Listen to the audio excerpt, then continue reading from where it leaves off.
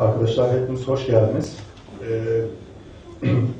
Vaktimizin sertifika programı kapsamında bu hafta yapılacak olan paneli Bülent Hoca verecek bu hafta. Bülent Hoca kendisi Bilgi Üniversitesi Tarih Bölümünden. Yine Türk çalışmaları, Dersim ilişkin çalışmaları var. Yine bu çalışmalar kapsamında şarkının çıkartında son halka Dersim soykırımı 1937-38 başlıklı sunum yapacak bugün. Her zamanki gibi yine böyle bir sunum ve sonrasında görüş ve düşünce ve soruları anlatıp son böyle 20-25 dakikalık bir kısım. Zaten bir saat herhalde size de ikram edeyim. O zaman ben sözü Bülent Hoca'ya bırakıyorum ve sizin adınıza tekrar kendisine hoş geldiniz diyorum. Merhaba, ben de hoş geldiniz diyeyim. Şimdi bugün benim yapacağım konuşma bir dizinin parçası ama bu ders dizisi boyunca, konferans dizisi boyunca herkes birbirine bağımsız konuşmalar yapıyor. Ama yani Kürdistan tarihinin bir şekilde kronolojik olarak anlatıldığını görüyoruz. Bundan önceki derslere, konferanslara kaçınız katıldı, ne kadar takip ettiğinizi bilmiyorum ama genellikle bu toplantılara hem konu dersim olduğu için hem de şu anda İsmail Beşikçi Vakfı'nda olduğum için gelen arkadaşların az çok literatürü bilen, takip eden ve hatta aramızda özgün çalışmalar yapan arkadaşlar olduğunu biliyorum. O yüzden bana sorulduğunda ben hani böyle bir kitleye, dinleyici grubuna ya Dersim 37-38 ile ilgili gelip burada olgusal şeyler anlatmak yerine zaten sonuçta hani bir sömestrlik ders programı çıkarılacak bir mesele bu. Ben biraz daha bu şeyi okumuşsunuzdur açıklamayı. Biraz daha Dersim 37-38'i anlamak, anlamlandırmak ve bu bağlamda da o tarihsel süreç içerisinde nasıl bir yere oturtmak gerekir üzerine biraz konuşmak istiyorum. Tabii ki bunları hani öne sürerken, tartışırken hep olgusal bilgiler üzerine gideceğim. Eğer ya buna itirazınız yoksa, eğer sizden ayrıca daha böyle detayla ilgili olgusal konularla ilgili sorular gelirse hem ben hem eminim aramızda olan bazı arkadaşlarımız, bu konuda çalışan arkadaşlarımız cevaplar tartışalım bununla. Ama dediğim gibi benim bugün burada olma nedenim aynen o açıklamada görüldüğü gibi aslında nereye koyacağız bu meseleyi, nasıl adlandıracağız ve aslında biraz bunu ben hem başlıkta hem bu açıklamada yapmaya çalıştım. Önümde bir metin var. Burası için hazırladım ama biraz serbest konuşup sizinle de belki de kısa kesip sizden gelecek soru cevaplar üzerinden gitmek istiyorum. Böyle biraz şey de olsa, köşeli de olsa tespitlerimi, bu son birkaç yıldır üzerine çalıştığım bir konu, tespitlerimi dile getirip sizinle tartışmak istiyorum. Grubun küçük olmasını avantaja çevirmek için. Şimdi bu söylediğim şeyi ben başlıkta ve açıklamada yapmaya çalıştım söylediğim gibi. Bol bol, yani her biri böyle bir kitap bölümü olmaya muhtaç kavramlar var orada. Bunlar bilerek seçilmiş. Birçoğu açılmaya muhtaç ve yeri provokatif tabii ki. Başlığımız Şarkın İç Fethinde son halka Dersim soykırımı 1937-38. Şimdi bunların her bir sözcüğü benim için 2-3 hafta konferans verilmesi gereken bir şey. Bir kere şarkın neresi olduğu belli. Niye Kürdistan demiyoruz? Niye Doğu demiyoruz? Ya da işte yakın zamana kadar Doğu, Güneydoğu deniliyordu. Şark deniliyor çünkü şark benim için önemli. Onu anlatmak istiyorum. Yani bu şarkiyatçılık üzerinden, Orient üzerinden aslında bir bütün olarak şarkta yaşanan bir süreç var. Çok katmanlı. Onun bir örneğiyle karşı karşıya olduğumuzu iddia ediyorum. Onun içerisinde okumak gerektiğini söylüyorum. İç fetih yine tabii ki hani kolay yutulur bir laf değil ama açılmaya muhtaç olduğu kadar açmaya çalışacağım. Çünkü bunun 19. yüzyıl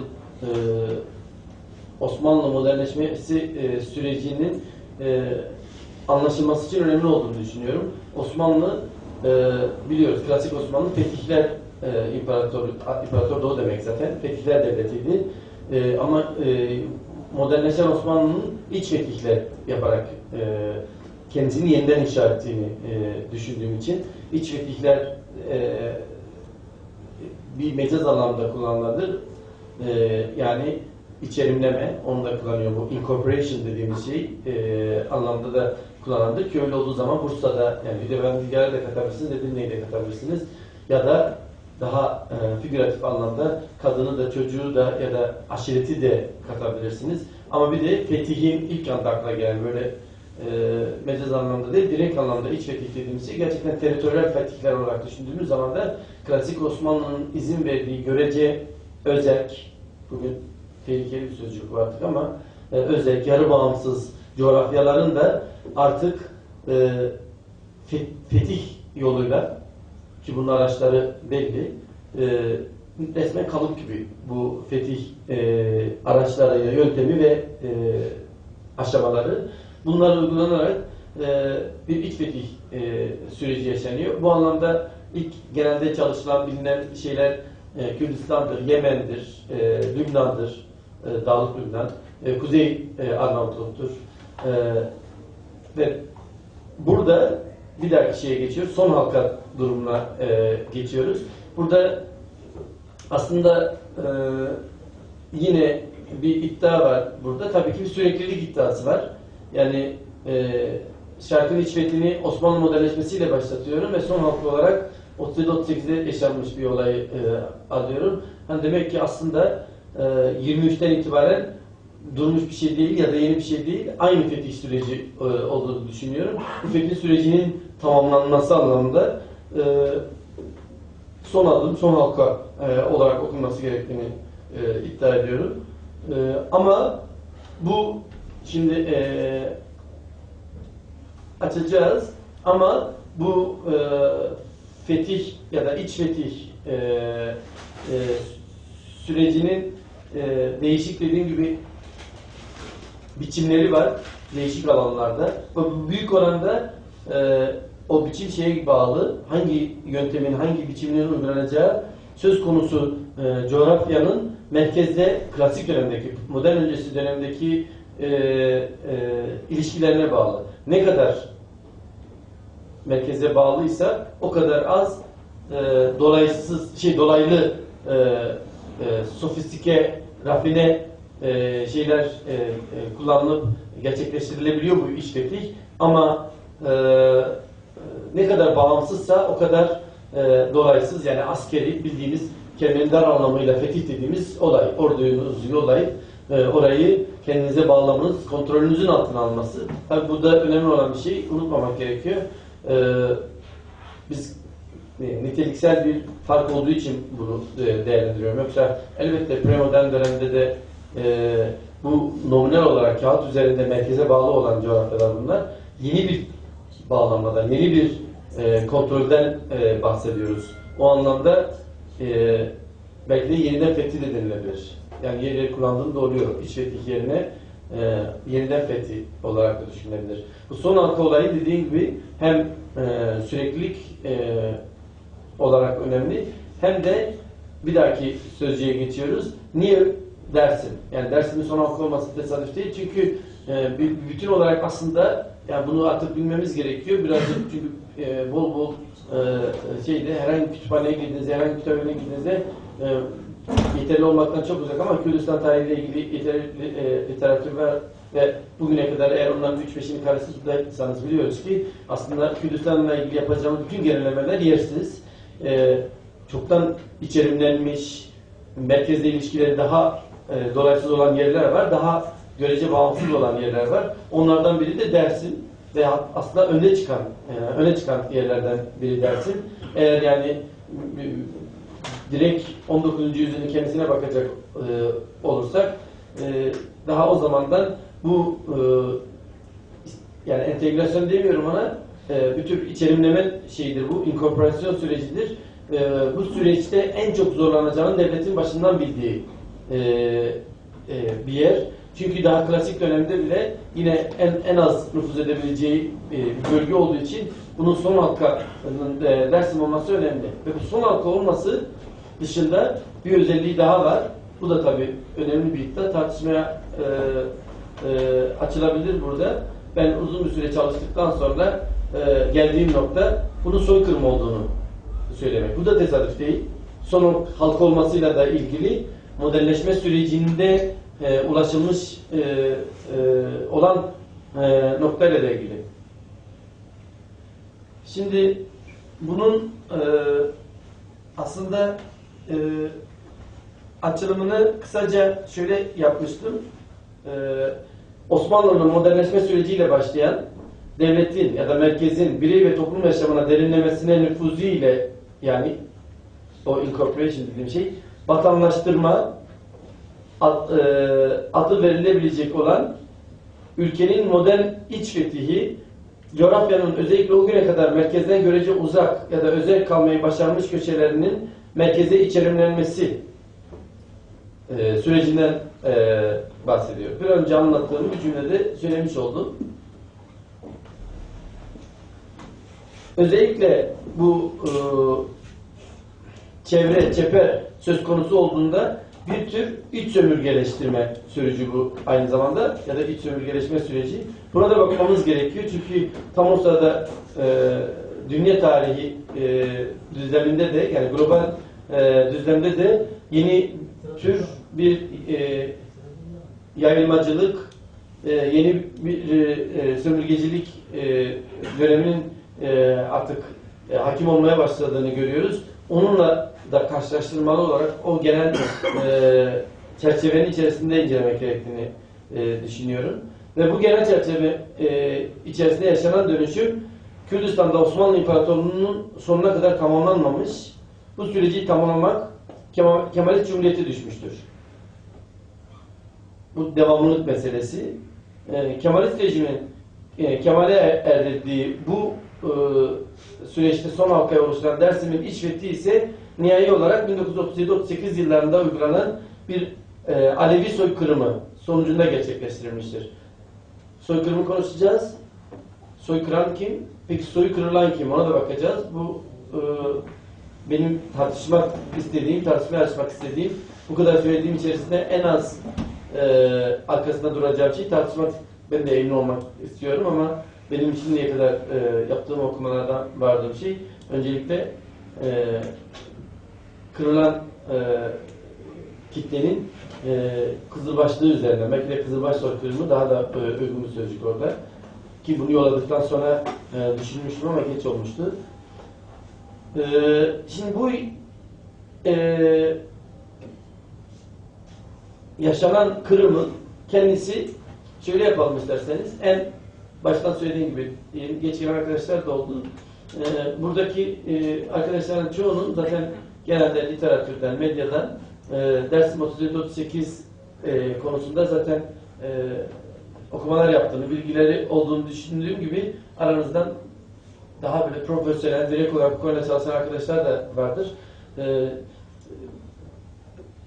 İşin olgusal bilgi kısmında detaylarını sizin sorularınıza bırakarak ve birlikte tartışma kısmına bırakarak en genel hatlarıyla bu kırım sürecini bir konuşmak istiyorum. Şimdi her şeyden önce bir bağlam içerisinde oturtmak deyince, evet, 19. yüzyıl modernleşme Osmanlı sürecini oturtmak gerekiyor ve bence niçin orada o olayın olduğunu anlamak için ilk etapta size şey gelebilir. Ya biz dersin Kırım'ı dinlemeye geldik. 37-38 vatandaş aldı, bizi götürdü 19. yüzyıla modernleşmesine. Bu ne zaman başlıyor, nerede bitiyor şey olabilir. Ama dediğim gibi, yani size 37 Mart'ında ne oldu ya da geriye doğru gidip de hemen 35'te ne olduğu üzerinden bir şeyler anlatmadan önce bunun önemli olduğunu düşünüyorum ve eğer böyle bir okuma yapılmazsa, Dersim tarihi, Dersim Kırım'ı tarihi böyle bir anlatının içerisine oturtulmazsa bence eksik olur ve çoğu zaman da eksik oluyor. Ya çok özür dileyerek aslında en başta söylemem gereken bir şey burada bir parantez açıp söylemek zorundayım. Genellikle böyle oluyor deyince aklıma geldi. Benim bugün burada İsmail Beşikçi'de Dersim'le ilgili ikinci konuşmam ve ilk konuşmamda tam da bu şey üzerinde durdum. Hiç onu da bugün anlatmak istemiyorum. Çok uzun olarak benim 2 makalem yayınlanmıştı.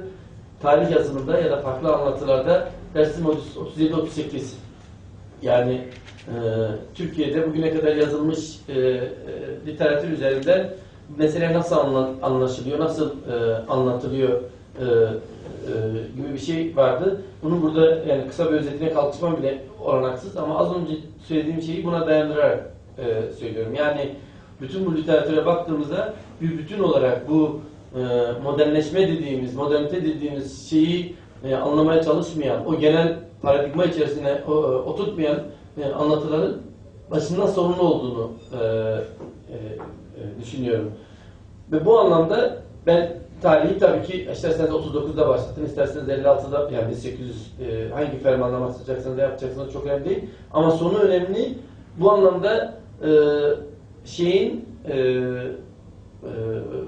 bu bağlamın 37'ye geldiğinde bitmediğini unutmamak gerekiyor. Bu süreç, modernleşme süreci bitmiş değil. Dolayısıyla da tekrar size sürekliliği hatırlatmak istiyorum. Yani zaten Dersim tarihiyle ilgili bakarsanız devlet de böyle okuyor.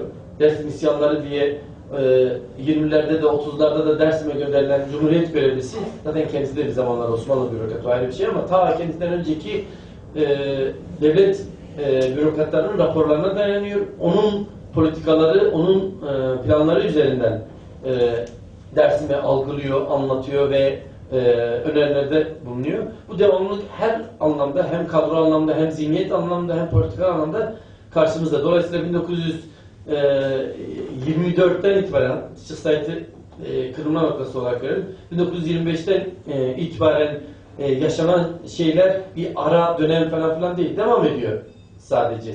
Yani o Kurtuluş Savaşı denilen kim kimden nasıl kurtulmuştur o ayrı hikaye ama o yaşanan Birinci Dünya Savaşı diyelim. Birinci Dünya Savaşı sonrası yeni düzenlemeler döneminde yaşanan o iç savaş, soykırımın üzerine gelen yeniden yapılanma dönemi belki de bir ara dönemdi.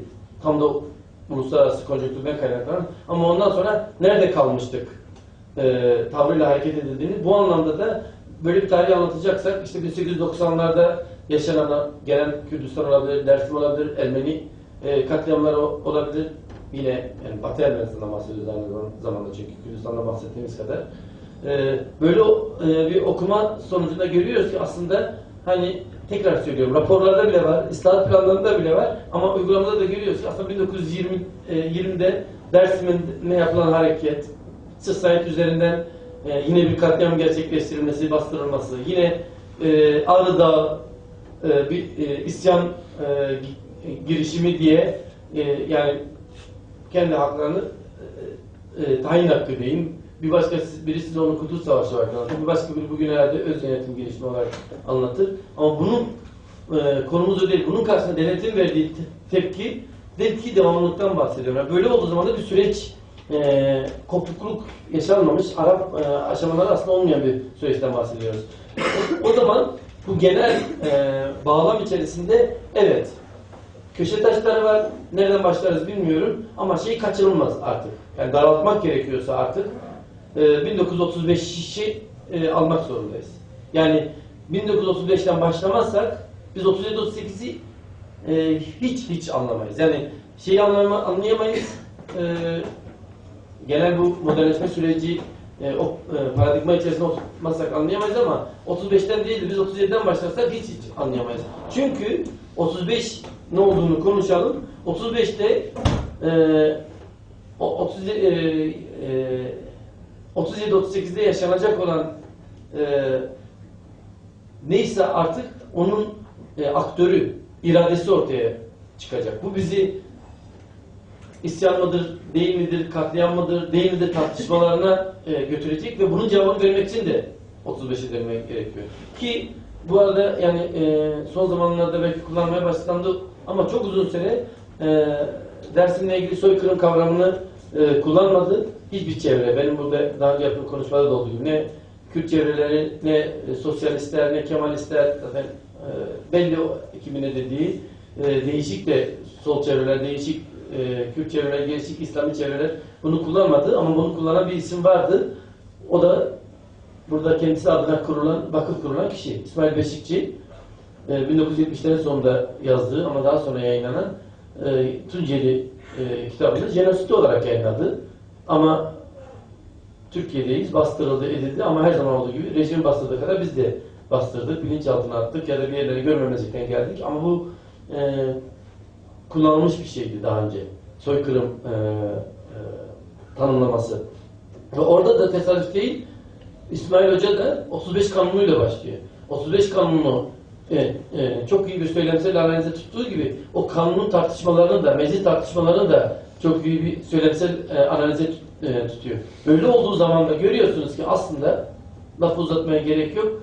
35 ile 37 arasında yaşananlar da, birkaç cümleyle söyleyeceğim, 37 ile 38'de yaşananlar da bir plan dahilinde yapılan bir şeyden bahsediyoruz. Dolayısıyla da biz aslında şu soruya cevap vermemiz gerekiyor. Yani en başta sorduğum soru şuydu. 37-38'de değişik örnekler olan içerimlenme, iç fetih örneklerinin üzerine durulabilir. Dersim'de bu iç fetih niye bu şekilde gerçekleşti, bir kırımla gerçekleşti ve nasıl oldu sorusuna aslında 35'te cevap vermemiz gerekiyor. Çünkü bunun kararı 35'te verilmiş. İnfazı 37'de itibaren gerçekleştiriliyor. İnfaz hazırlıkları 35'te ne oluyor belli. Söylemeye gerek yok. Önce Munzur vilayeti kanunu olarak çıkıyor. Bunu hala tarihçilerden kimse çalışmadı, ortaya çıkarmadı ama benim bir ara bakmak istediğim bir şey. O arada kaynıyor. Komisyonlarda geçerken bu kimse konuşmuyor bunu ama Munzur vilayeti oluyor Tunceli vilayeti. Bununla ilgili bilgimiz de hala rivayet düzeyinde. Niye Tunceli? İşte devletin Tunceli mi? Yoksa orada çok Tunç var. Tunç ama maden değil ki tartışmalarını falan biliyorsunuzdur herhalde. Ama sonuç olarak o 1935'te yapılanın modernleşme sürecinin önemli özelliği olan dolaysız kontrol sağlanmamış toprak parçası kalmayacak ilkesine ters düşen bir coğrafya parçası. Bir leke, bir yara, bir çıba tespiti çok önemli. Bu tespit, bunlar çok yayınlandı. Piyasada defalarca değişik insanlar da bastı. Bölgeye yollanan devlet erkanının işgüzarlık yapıp da gazetecilerin devlete rapor ettiği bütün raporlarda karşınıza çıkıyor. Bütün metinlerde karşınıza çıkıyor. Ya burada bulunmaması gereken, sürdürülemez, kabul edilemez bir durum var. Burada yani en amiyane deyişiyle bildikleri gibi yaşamak isteyen, şu ana kadar yaşadıkları gibi yaşamlarını sürdürmek isteyen insanlar var. Şimdi böyle koyduğumuz zaman gerçekten işin rengi de değişiyor. Yapılmak istenen şey aslında o güne kadar yaşamını sürdürdüğü gibi sürdürmek isteyen, bu anlamda tabii devletle ilişkisini de böyle sürdürmek isteyen bir coğrafyadan bahsediyoruz. Buna tahammülün olmaması. Buna tahammülün olmamasının ilginç bir tartışma tabii. Niye 35'e kadar vardı? Niye o 35'te yoktu? Bununla ilgili değişik tezler öne sürüldü. Ama sıralayalım. Yani biri tabii ki uluslararası konjonktürle ilgili olabilir. Bugün de Kürdistan'da yaşanan katliamlar tartışılırken birçok insan şey diye başlıyor hemen. Ya bölgesel koşullar, uluslararası konjonktür. Sonuçta bir devletin kendi halkına böyle acımasızca saldırması için uluslararası konjonktüre dikkate alması gerekiyor ve o sırada ne kadar infial yaratacağı, nasıl bir tepki yaratacağı konusunda bir kendisince bir ölçüm yapması gerekiyor ve 30'lar dünyasının o sırada 1900 aslında 20'lerden başlamış ama 33'den itibaren açıkça önce İtalya sonra Nazi Almanya'sında yükselen faşizmlerin bütün bir kıtayı bir süre sonra tehdit edeceği, oradaki o istikrarı, o zamana kadar oluşturulmuş istikrarı alt üst edeceği belli. Yani açıkçası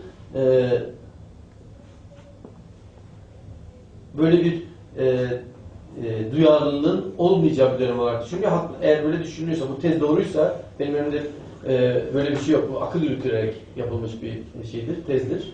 Ama iki anlamda yani iki şeyi görmek gerekiyor. Bir, yürütülen akıl, evet benim de katıldığım bir şey.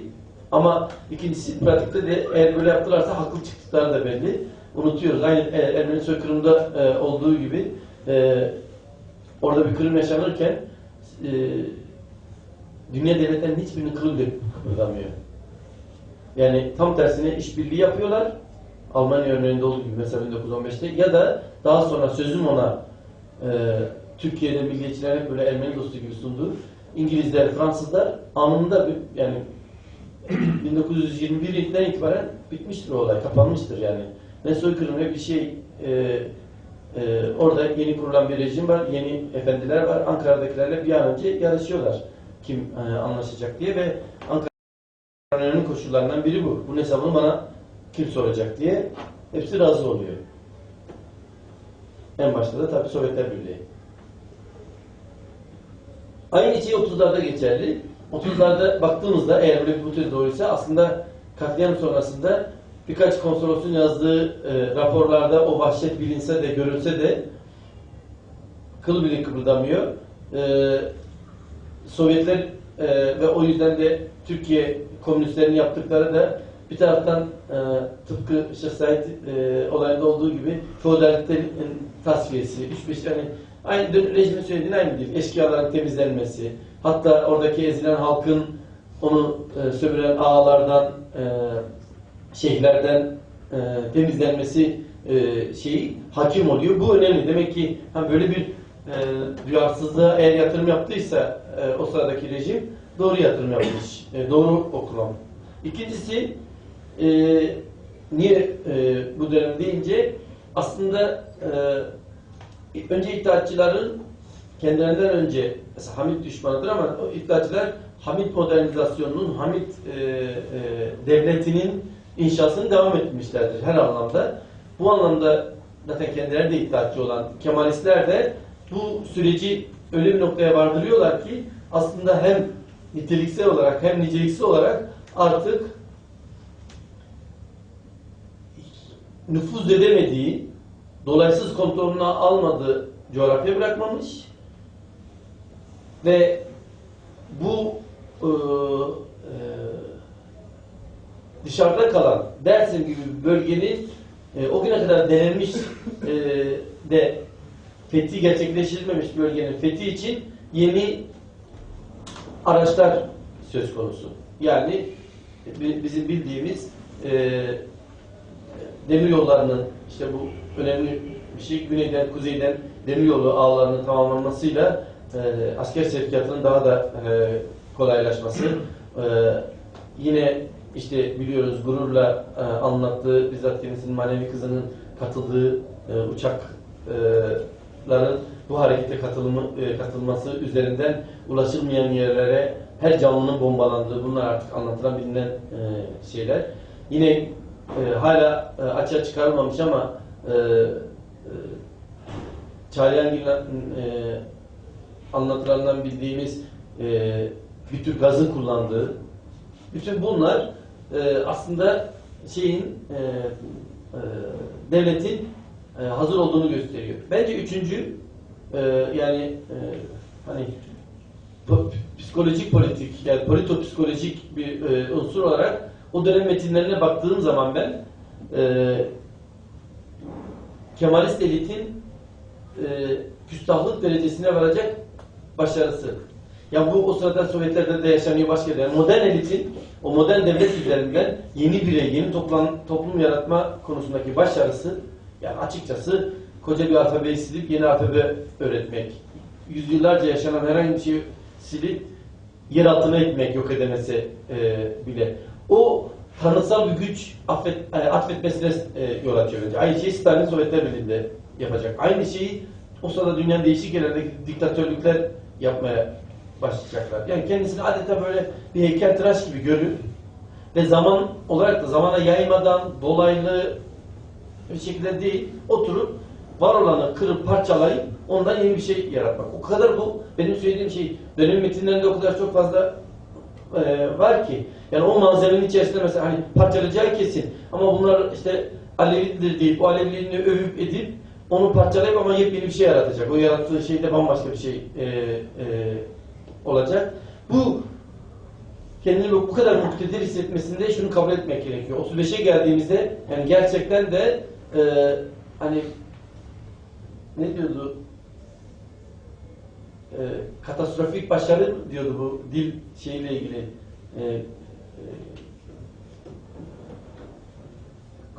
Lewis'indi galiba. Dil, Kemal Sen dil devrimiyle ilgili katastrofik zafer gibi bir şey söylüyor. Yani eğer böyle gerçekten de bu kadar bir katastrofa felakete yol açacak bir şeyi başarılı sayacaksak gerçekten çok başarılı olduğunu görmek gerekiyor 35'e geldiği zaman. Bunun yarattığı bu hani özgüven eksik artık, o küstahlık artık. Çünkü şu soruyu soruyorum ben kendime bu tür şeyler yaparken tahlilleri. Peki Kürdistan'ın görece daha az kontrol altında olan yerlerde şöyle söyleyeyim, iktidarını görece ağayla, şeyhle paylaştığı bölgeler var Kürdistan'da. Orada niye biraz daha zamana yayabiliyor? Çünkü açık açık biliyor, sunulmuyor. 3 kuşak sonra bunların hepsi Kürtçe'nin olacak. 3 kuşak sonra bu saçma sapan kıyafetleri giymeyi bırakacaklar. Bunlar hepsi medeni olacaklar, modern olacaklar ama 2 kuşak, 3 kuşak zaman tanıyabiliyor. Boş durarak değil, kendinden değil, o politikaları işe yarar anlamda. Ama burada bu şey önemli gibi geliyor bana. Bu tahammülsüzlük. Sonuncu faktör, dördüncü faktör. Şimdi buraya kadar hiç bahsetmedik. Tabii ki tarihi bir de mağdurun üzerinden anlatmak gerekiyor. Dersinin kendine has özelliklerinden kaynaklanan şeylerden dolayı da bunun bir kırım olarak gerçekleştiğini unutmamak gerekiyor. Bunun da alt kolları olarak şunu söylemek gerekiyor. Birincisi Dersim'i ne devlet, ne dönemin aydınları, ne de bugünkü aydınlar bana sorarsanız bir yere oturtamıyorlar. Dersimler de bir yere oturtamıyorlar. Yani bildiğimiz ezberlere, ezberlediğimiz kalıplara uymaması, ezber bozması aslında ne yapacağını ne yapacağı konusunda şeyi dağıtıyor bence muktedirleri. Orada mesela şöyle bir şey var. Devlet söylemine baktığınız zaman devletin Dersim söylemini tam bir kakafoni var.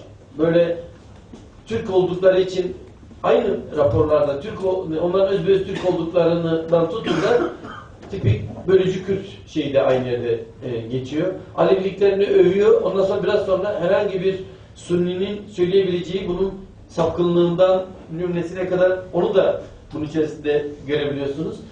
Kürtlüğü var, Türklüğü var, Kızılbaşlığı var. Horasan Türk'ü diyor ama bir taraftan belli ama yani dersini biraz biliyorsanız bunların bugüne geçerli olduğunu bilirsiniz. Bir yere oturtamayınca biz modernler feleğimiz şaşıyor ve bu kalıba uydurma meselesi bildiğimiz kalıplara girmemesi meselesinin de etkili olduğunu düşünüyorum. Bir boyutu da açıkçası tam da bu 37-38'in adını koymak için de önemli. Niye 35'te hala 35'ten bahsediyoruz? Niye 35'in planı bu şekilde yapıldığından bahsediyoruz hala? Çünkü ondan önce denediğinde devlet birkaç defa deniyor. İşte bu sel hareketleri, seferleri dedikleri şey devlet ne zaman ordusunu yollansa bildiği Osmanlı'nın daha önce adını verdiğim bölgelerde yani onu söyleyeyim size gerçekten 1912 öncesi Kuzey Arnavutluk'taki şeyi görseniz Osmanlı politikalarını görseniz hiçbir farkı yok. Hem devlet söylemi hem uygulamalar hem o seferler oradaki aşiret ilişkilerine kadar Kürdistan'la çok benziyor. Tabii yine kontrolü az olduğu bölgelerden bahsediyorum Kürdistan'da. Bu hem Osmanlı'da hem Cumhuriyet dönemindeki bütün bu girişimlerin başarısız olmasında bölgede karşılaştıkları direngenlik çok önemli rol oynuyor. Yani her ne kadar orada gittiklerinde yekpare dayanışma içerisinde bir Dersim direnişiyle karşılaşmasalar bile hiç olmasa Kürdistan'ın birçok bölgesinde yaptıkları gibi devletle beraber işbirliği yapıp katılıp oranın devlet tarafından kontrol edilmesi sonucunda bir çıkar elde etmek gibi silahlı güçle katılmaktan bahsediyorum. Yoksa dolaylı şeyler her zaman oluyor. Bunun gerçekleşmemesi ve isterseniz coğrafyasına verelim onun. Bunun önemli bir faktör tabii ki. İsterseniz o coğrafyanın sonucu olarak orada yaşanmış Kürt, Ermeni, Kızılbaş, aslında dışarıdan gelenler de, muhacirler de, Türkler için de bu geçerli ama orada bir savaşçı, direngen bir şeyin olması bunda etkili oluyor. Yani devlet 30'larda bunun planını yaptığında, 35'te bunun kanunu çıkardığında aslında bir beyaz sayfa açmak durumunda ve o sayfanın beyaz olmadığını çok iyi biliyor. Orada direnen görüyor. Ona eşkıya desin, ne dersin desin biliyor. Direnen görüyor. O direnenin temizlenmesi gerektiğini düşünüyor. İşte temizliğe geliyoruz. Kırıma geliyoruz. Kıyma geliyoruz. Şimdi ne yapıyor peki bunu? Bu şimdi 35'lerle ilgili başkaları başka şeyler de ekleyebilir buna. Niye böyle bir yöntem, niye böyle bir dönemde? 35'ten sonra yapılan, unutulan bir şey var. 35'ten 37'ye atlamamak gerekiyor. 35 ile 37 arası devletin sıkı hazırlığı şekline geçiyor. O incelediğiniz zaman devlet resmen ben buraya gireceğim, en ufak bir direnişi kıracağım. Bunu öncelikle direnebileceğini bildiğim elitler üzerinden, isterseniz dini elitleri söyleyin, isterseniz aşiret önderlerini söyleyin, onların aileleri üzerinden yapacağım ve bir sonraki aşamada da direnen herkesi sürgün ya da kırım üzerinden bir politika geliştiriyor. Bununla ilgili eskiden beri değişik şekillerde uyguladığı yöntemleri yoğun bir kampanyaya dönüştürüyor. Dikkat ederseniz sözlü tarih çalıştığınızda bu yakın dönem olduğu için Dersimlerin kolektif hafızasında Dersim'de devlet bunlarla alınıyor. Şimdi ve dönem medyası da böyle zaten Dersim kampanyasını böyle açıklıyor. Yol, okul, karakol. Müthiş bir kampanya var. Buna bir şey daha eklemek gerekiyor. Silah toplama, silahsızlandırma halkı. Ve oldukça da başarılı oluyorlar aslında. Öncelikle Dersim de yekpare bir yer değil. Geliriz 37-38'i anlatırken söylemek lazım. Dersim de aslında yekpare bir yer değil. Daha bir coğrafik olarak da daha dağlık bölgelerde, işte İç Dersim dediğimiz bölgelerde tamamen kontrol dışındayken daha yani Hozat'ta biliyoruz karakollar 1840'da Hozat bir kurulan kışlar üzerinden bir yerleşim birimi oluşmuş orada. Çarşılancak, Çemişgezek, buralar eskiden beri küçük bir bölgede olsa merkezde hem klasik dönemde hem modernleşme döneminde merkezde entegre edilmiş yerler. Bunun üzerinden daha da yayılma kampanyası yaşanıyor ve bu dönemde mesela yaşlılarda çok var. Dönemin Dersimlileri için tepki duyulan şeylerden biri tam da bu mesela askerin gelmesi. Karakol kurulması, yol mesela. Şimdi bir de şöyle düşünmek lazım aslında. Birçok modernist için bunu da unutmamak lazım. Eğer bu paradigma içerisinde yeniden oturtmazsak dersini yanlış anlarız. Birçok özellikle sosyalist kendi modernistliğini unutarak kendisi de yolu, okulu, karakolu değil belki ama medenileşme aracı olarak görüyor. Tartışmasız. O zaman da haklı olarak biliyorsunuz bu son zamanlarda tartışıldığında da CHP'li milletvekilleri söylediler. Daha ne istiyorsunuz? Sonuç olarak medeni oldunuz. Doğru. Şu anda karşınızda bu kıyafetlerle, bu güzel Türkçeyle, bu diplomayla çıktıysam benim dedelerim öldürüldüğü için çıkabildim. Teşekkür etmemi bekliyorlar. Dersimliler medeni oldular. Böyle değil. Bunun karakol kısmını bırakın. Diğer yerlerde, Kürdistan diğer bölgelerinde, katliam olan yerlerde de gerçekleştirildi bu. Ne oluyor? Orada da yine bu araçlar üzerinden. Yani bunu hani tartışmaya gerek yok. Herhangi bir aracın iyi ya da kötü olması onun kullanımıyla ilgili elbette. Tartışmasız yolun, okulun her yerde her zaman iyi olduğu anlamına gelmediği gibi. Bunun için söyledim şundan dolayı. ilginç bir şekilde kolektif hafızaya bir adeta mahremine müdahale olarak görülen yol bir direnişe yol açıyor. Bu direnişte dönemin medyasında ve sonra da Kemalist söylemde tam da işte bunların vahşet ve bedeviyet içerisinde yaşadıkları, bunların ilkel oldukları söylemini besliyor. Yani yol istemeyen adam tabii ki vahşidir. Vahşi adam da tabii ki ölmelidir. Gibi bir yani karikatürize ediyorum ama iddia ediyorum ki bu seviyede gidiyor. Yani böyle dile getirilmiyor ama bu ki bu da zaten onu söyledim. Şark bununla ilgili aslında. Yani Avrupa dışının modernleşmesinde yaşadığımız olay. Yani Afrika'dan bahsediyoruz. Aynı şey ya da Amerika'da yaşanan şey farklı bir şey miydi? Amerika'da bir Kızılderiliye yarı insan hatta hayvan muamelesi yapılması tam da bundan dolayı değil miydi? O çıplak saçma sapan dolaşmaları, bilmedik diller konuşmaları, bütün bunlar eğer anlaşılmazsa gerçekten o zaman çünkü kendi şeylerini de sorgulamamız gerekiyor. Biz peki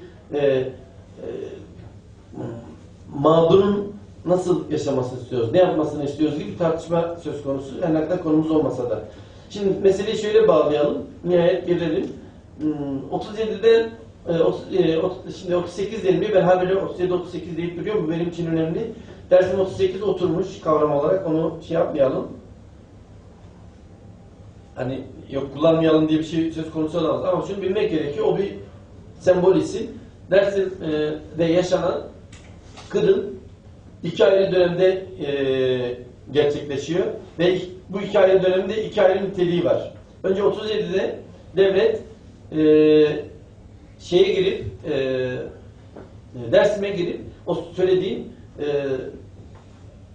direnen aşiretlerin liderlerinin ve ailelerinin ortadan yok kaldırılması için bir harekette bulunacak. Ve şunu unutmamak gerekiyor ki, bu arada söylemeyi unuttum, onu söylememe gerek yok herhalde. Şeyle beraber, vilayet kanunuyla beraber müfettişlik kuruluyor. Tam bir sömürge valiliği olarak oraya atanıyor. Devletin kendisinin, yani bugün yaşandığı gibi, yani İstanbul'da şu anda bir turist gelip geçse, hani modern bir devlette yaşıyoruz. Yani ama şimdi Türkiye kanunlarının kendisinin demokratik olup olmamasından bahsetmiyorum. Türkiye kanunlarının geçerli olmadığı coğrafyalar var, biliyoruz yani. Şimdi Nusaybin'e giderseniz, yani yaşandı da Diyarbakır'a en son gidişte görüşmeciler valiye gittiler. Cenazeyi almak istiyoruz dediler. Vali evet dedi, alabilirsiniz dedi. Biz heyet olarak oraya gitmiştik. O heyetten 4-5 kişi belediyeyi de anlaştı. Gidin deyince oradaki insanlar vali kim oluyormuş ki dedi. Vermediler yani. Güvenlik kuvvetleri. Güvenlik Yani denerek üst rütbeli devlet güçleri canım. kuvvetler bırakmadı. Yani şey diyor hani vali ayarladığı belediye hazırlığı şey verecekti, gidip alıp geleceklerdi. Çünkü aileler istiyorlardı. Oradaki yani bu şeyden dolayı diyorum. Kanunun geçerli olmadığı bir şey yaratıyorsunuz. Burada ayrı bir kanun yapıyorsunuz. Ve bu kanun o sıradaki Türkiye Cumhuriyeti Anayasası'nın da kanunlarında dışında bir şey yaratıyor. Orada bir yetki veriyor, gelip başka bir ilişki yaratıyor. Yargının da, temizliğin de bildiğimiz olay müfettişlik, 4. müfettişlik uygulaması. Başlarına getirilen kişi de tesadüf değil. Ta Koçli isyanından itibaren bu konudaki deneyimlerini orada kullanmak üzere gelmiş biri. Şimdi bu 37'deki şey dolayısıyla da hazırlanıp girildiğinde şöyle bir laf duyabilirsiniz. Ben bir şekilde direkt onu tartışmadan habire aslında metin altında şey önemli, isyan tartışması, isyan oldu mu olmadı mı tartışması. Şimdiye kadar söylediklerimden de gördüğünüz gibi bir kere isyan olmasını bir tarafa bırakalım. Yapılan şey, isyan olsa da yapılacak şey, olmasa da yapılacak bir şey. Bir plandan bahsediyoruz sonuçta. Peki 37'de işte Pah Köprüsü'nün yakılmasıdır, askerlerin öldürülmesidir. Bununla bir ilgisi var mı? Açıkçası hiçbir ilgisi yok. Bu bizzat devletin, tekrar söylüyorum, hazırlığını yaptığı ve Mayıs ayından itibaren aslında ondan sonra üstelik 38'den farklı bir şey bu. O ilk plan.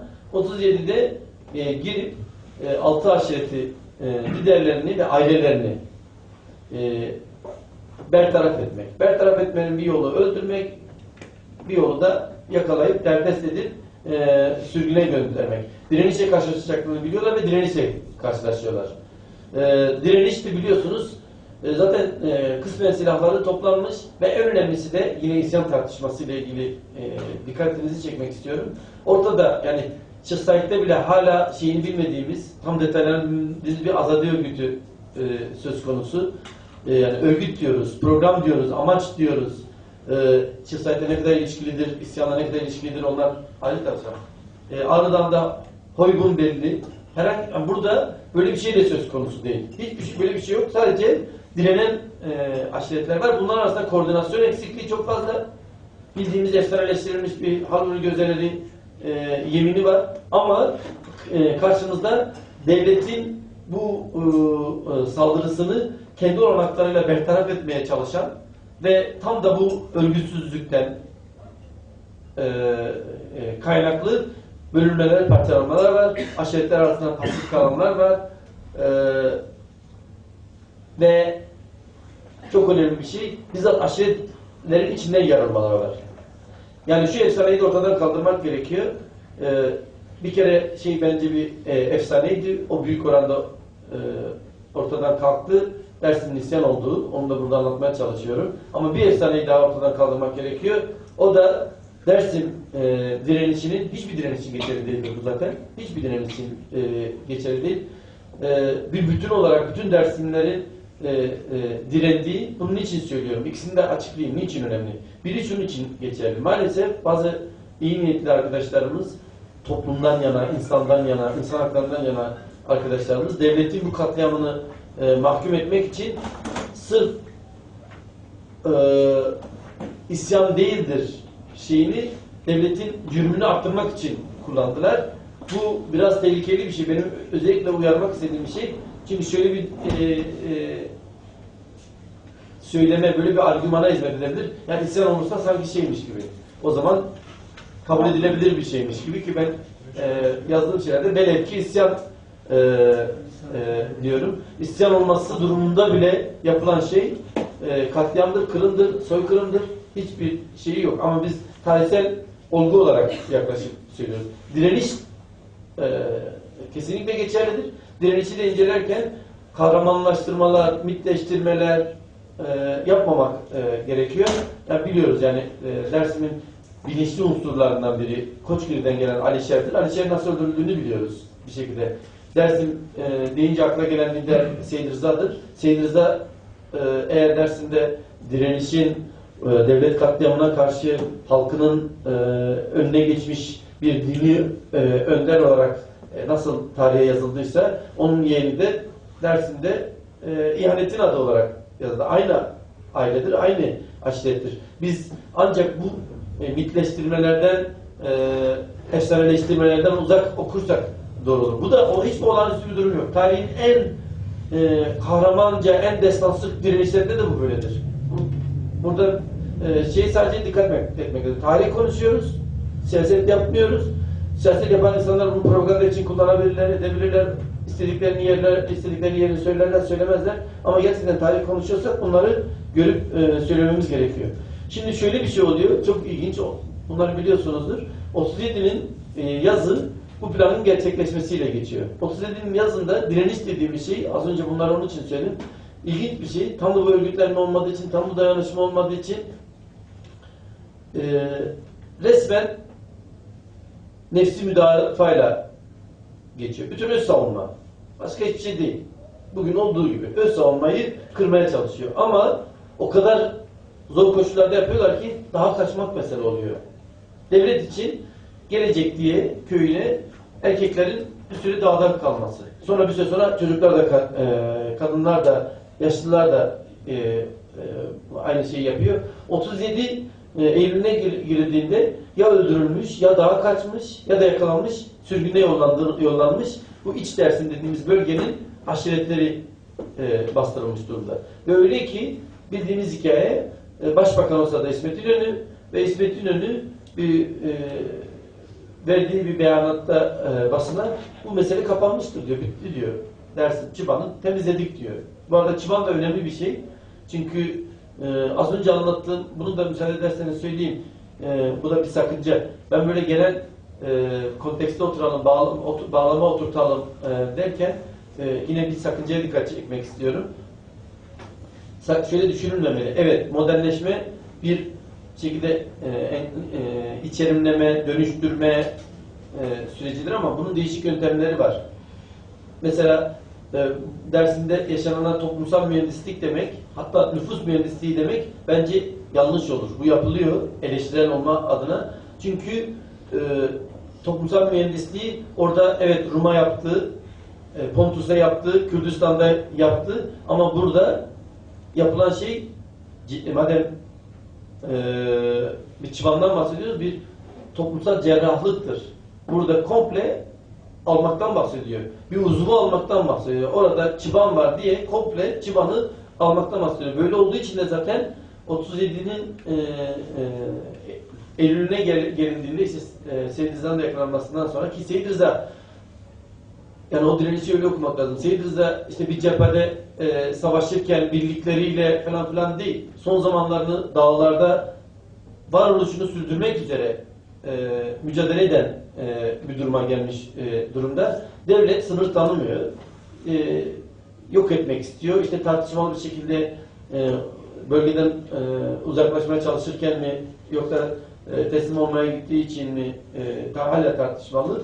Bir şekilde devletin eline geçiyor ve dediğim gibi başbakan bu açıklamayı yapıyor ama bugün olduğu gibi devleti başbakan yönetmiyor tabii ki. Birileri sen ne diyorsun diyor. Gezi'de de oldu ya böyle birileri çıkıp da daha böyle alt perdede bir şey söyleyince bir dakika dur sen değil ben söyleyeceğim diyor ve aynı şey orada da yaşanıyor. İsmet İnönü uzaklaştırılıyor. Yerine kim geliyor? Celal Bayar. Celal Bayar'ın gelmesi önemli. Bu da çok önemli bir şey. Yani dersim 37-38 tartışmalarla ilgili önemsediğim için bunu söylemek istiyorum. Son zamanlarda 37-38 çok tartışıldı diyoruz.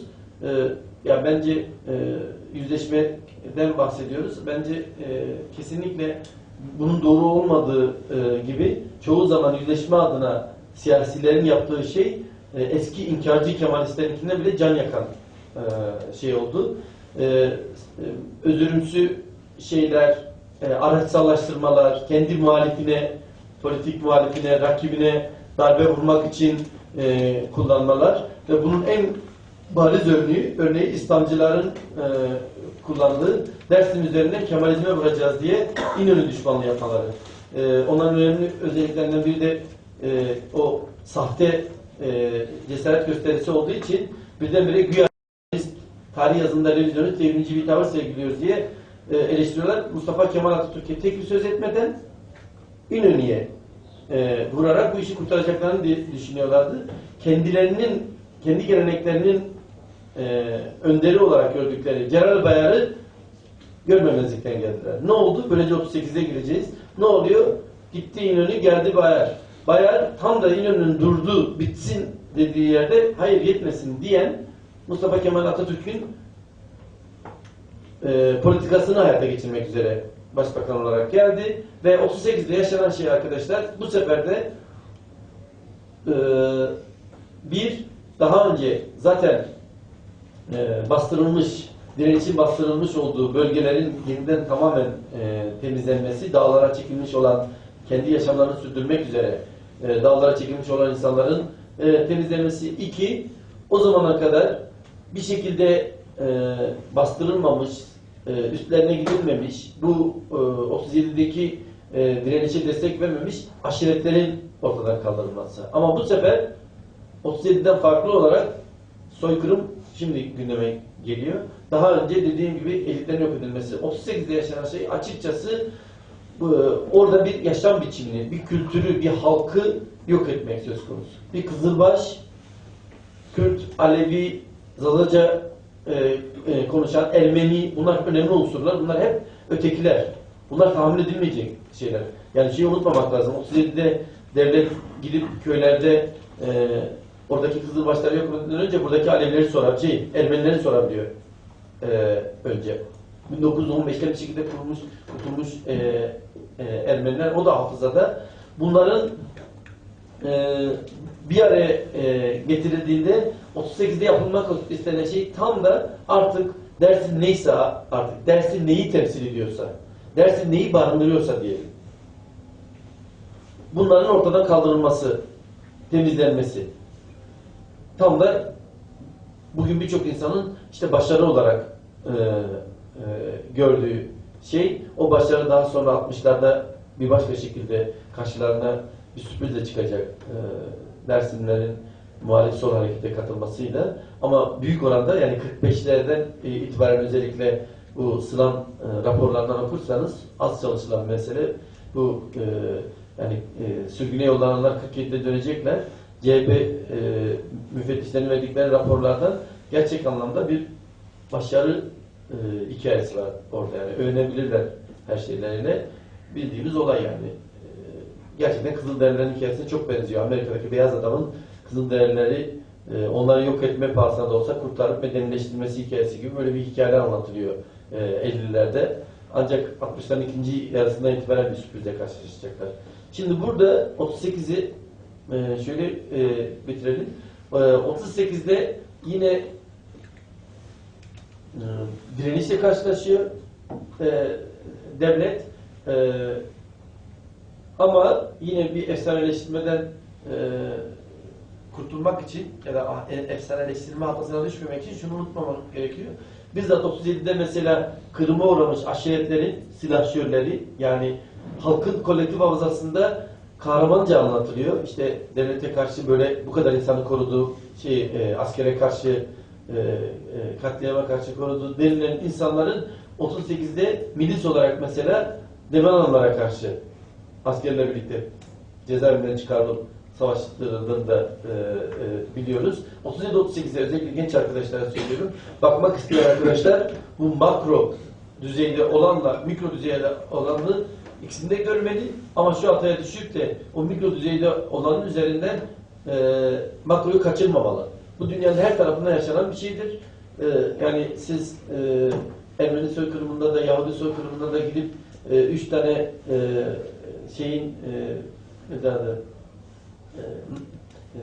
Yahudinin 5 tane Ermeninin işte Nazilerle, itaatçılarla işbirliği üzerinden nasıl okuma yapamıyorsanız aynı şey her yerde her zaman geçiyor olan bir şey. Ne oluyor sonuç olarak? Yaşanan şu, bir kere şunu unutmamak lazım. 38'de bitmiyor bu. Bir sürgün var 47'ye kadar. O sürgün sadece belli aşiretler için geçerli. Şeyi söylemeyi unuttum. Bu temizlik sırasında arkadaşlar önemli bir özellik. İki şeyden bahsettim unsurdan. Biri zaten 37'de bastırılmış aşiretlerin geri kalanlarının yok edilmesi. İkincisi geri kalan, yani 37'de henüz saldırılmamış aşiretlerin saldırılması. Üçüncüsü de yani bu hikayeler son yıllarda çok öne çıkarıldı. Gerçekten de 37'ye kadar elinde asker barındıran, hatta Dersim'in bu çatışmaların dışında olan o kadar çok örnek var ki, yani orada soykırım verilmesinin en önemli nedeni sırf Kızılbaş olduğu için devletle birlikte hareket eden insanlar bile yok ediliyorlar. Bunun yani benim okuduğum en çarpıcı örneklerinden biri bu köşe yazarlarından biri birdenbire Dersim'de olduğunu yazdı o aralar. Semerci miydi? Yavuz Semerci çok çarpıcı bir hikaye. Önce hikaye anlatıyor. Yani evinde asker ağırlayan bir aile daha sonra nasıl yok edildiğini anlatıyor ve benim ailemdi şeklinde. Yani bu 38'de yaşanan, o yüzden bence kategorik olarak 37'den farklı ve devletin amacına ulaşıp ulaşmadığına gelince bence eğer amaç orada bir yaşam biçimini, orada bir varoluşu adını koyamazsak bile yani farklı isimler versek bile eğer ortadan kaldırmaksa bence devlet başarılı olmuştur. Yine katastrofik bir başarı söz konusudur. Ama her zaman olduğu gibi bu durumlarda aslında bizzat bunu başaran devlet başardığı için bütün Türkiye halklarına, Sünniler de, Türkler de onlar adına hareket ettiği için söylüyorum bunu, o devlet büyük kötülük yapmış oluyor. Yani güçlenen çünkü sonuçta devlet, halk değil, toplum değil. Onu güçlendiği oranda, orada Dersim'i bastırdığı oranda geriye dönüp buradaki Müslümana kendi Müslümanlığını yaşatabiliyor. Kürdistan herhangi bir bölgesindeki bir halka onu Türklüğü dayatabiliyor. Çerkes'e, Arnavut'a, Laz'a kendi Türklüğünü dayatabiliyor. O güç, yani o bastırmak aslında başarılı olan şeyin katastrofik olmasının sonucu sadece onun Dersimleri değil, bütün Türkiye halklarını aslında etkiliyor. O katastrof, o felaket bütün Türkiye halkları için geçerli bence ki biliyoruz. Tam da bu yüzden de bunun 1915 olduğu için ve bunun hesabı sorulmadığı için, yüzleşmekten bahsetmiyorum. O rejim sürebildiği için, bunun failleri devam ettiği için, 38'in hesabı sorulmadığı için bence daha sonra Türkiye halklarının farklı kesimleri farklı zamanlarda aynı kötücül uygulamalara değişik oranlarda değişik şekilde muhatap oluyorlar. Teşekkürler.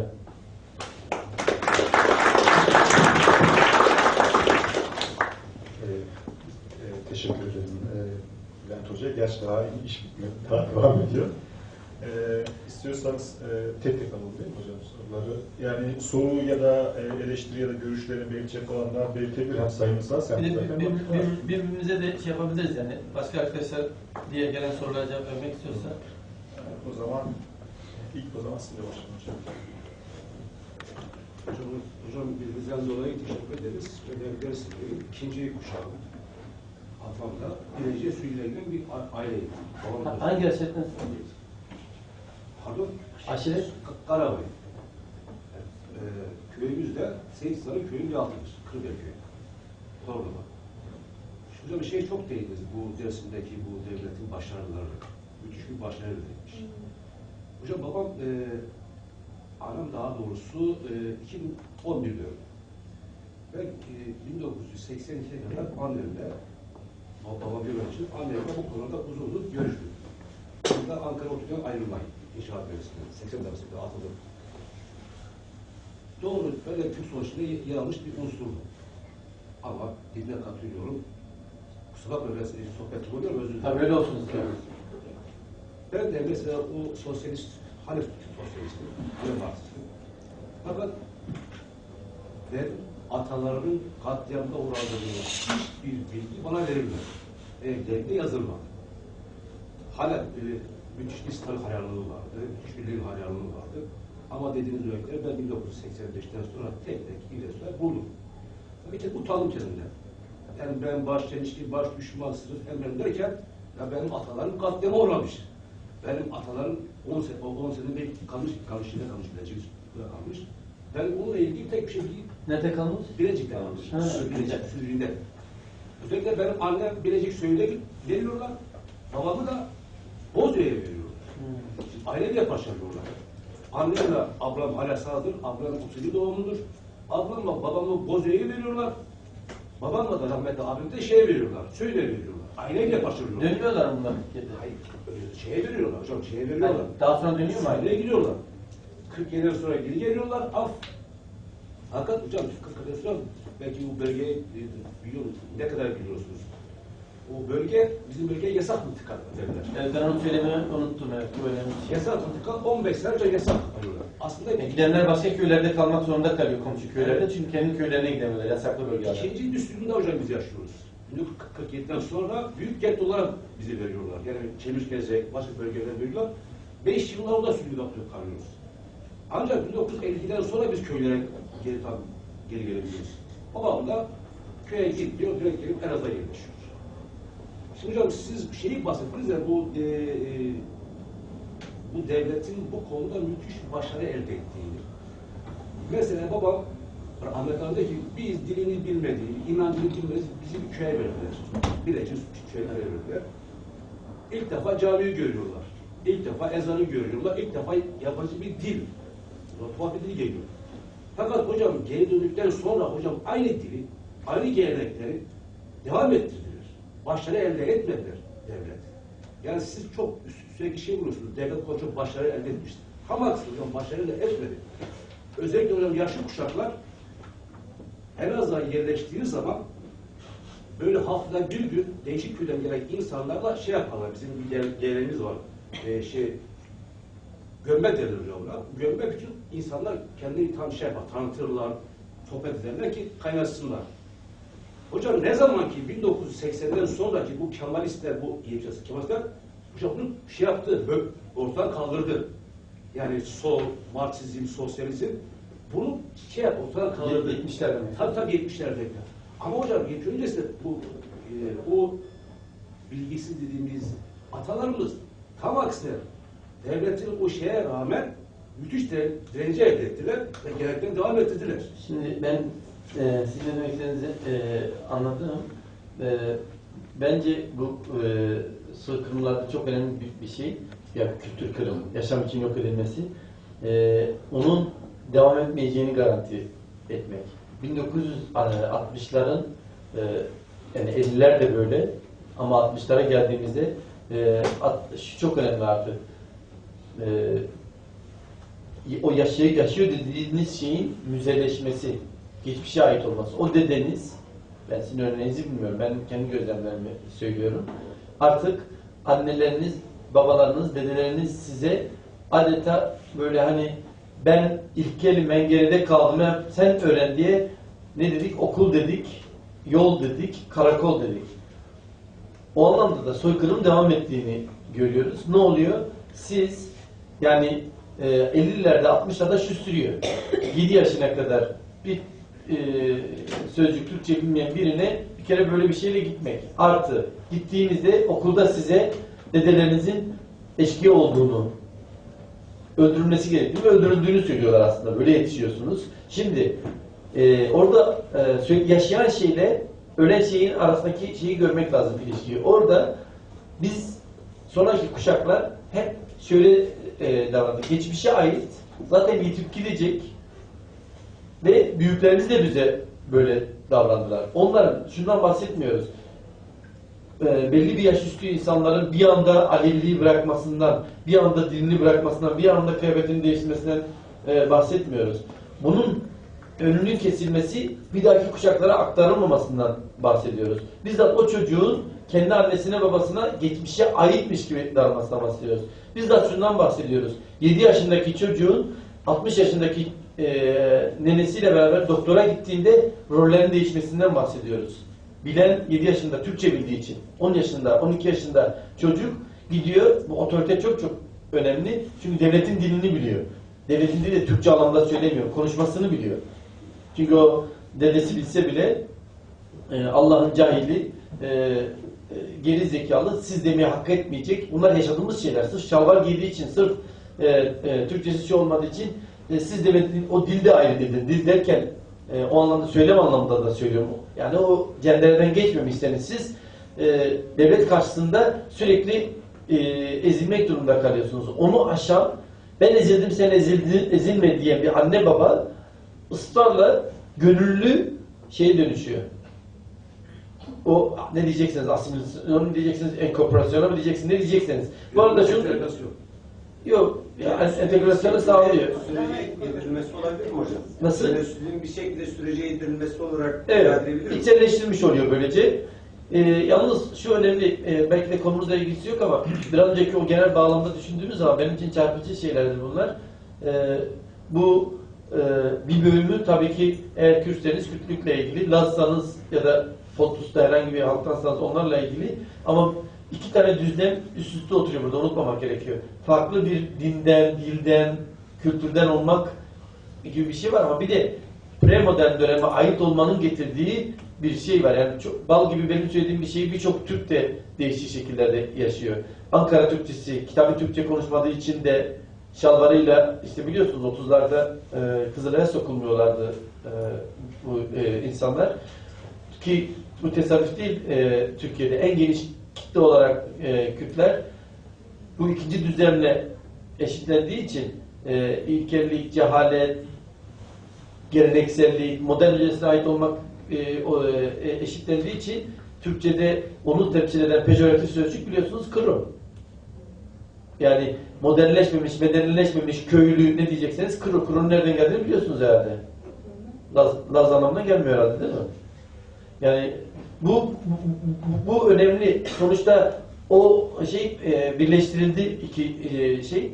Biz Ben başarılı derken de bunu söyleyeyim. Bunu içselleştirdiğimiz oranda biz de ebeveynlerimize kro muamelesi yaptığımız zaman da bunu başarmış olduk. Sosyalistler evet. Sosyalistler bunu hızlandırdılar ama sosyalistler sosyalist oldukları için değil, modernist oldukları için. Bunu unutmamak gerekiyor.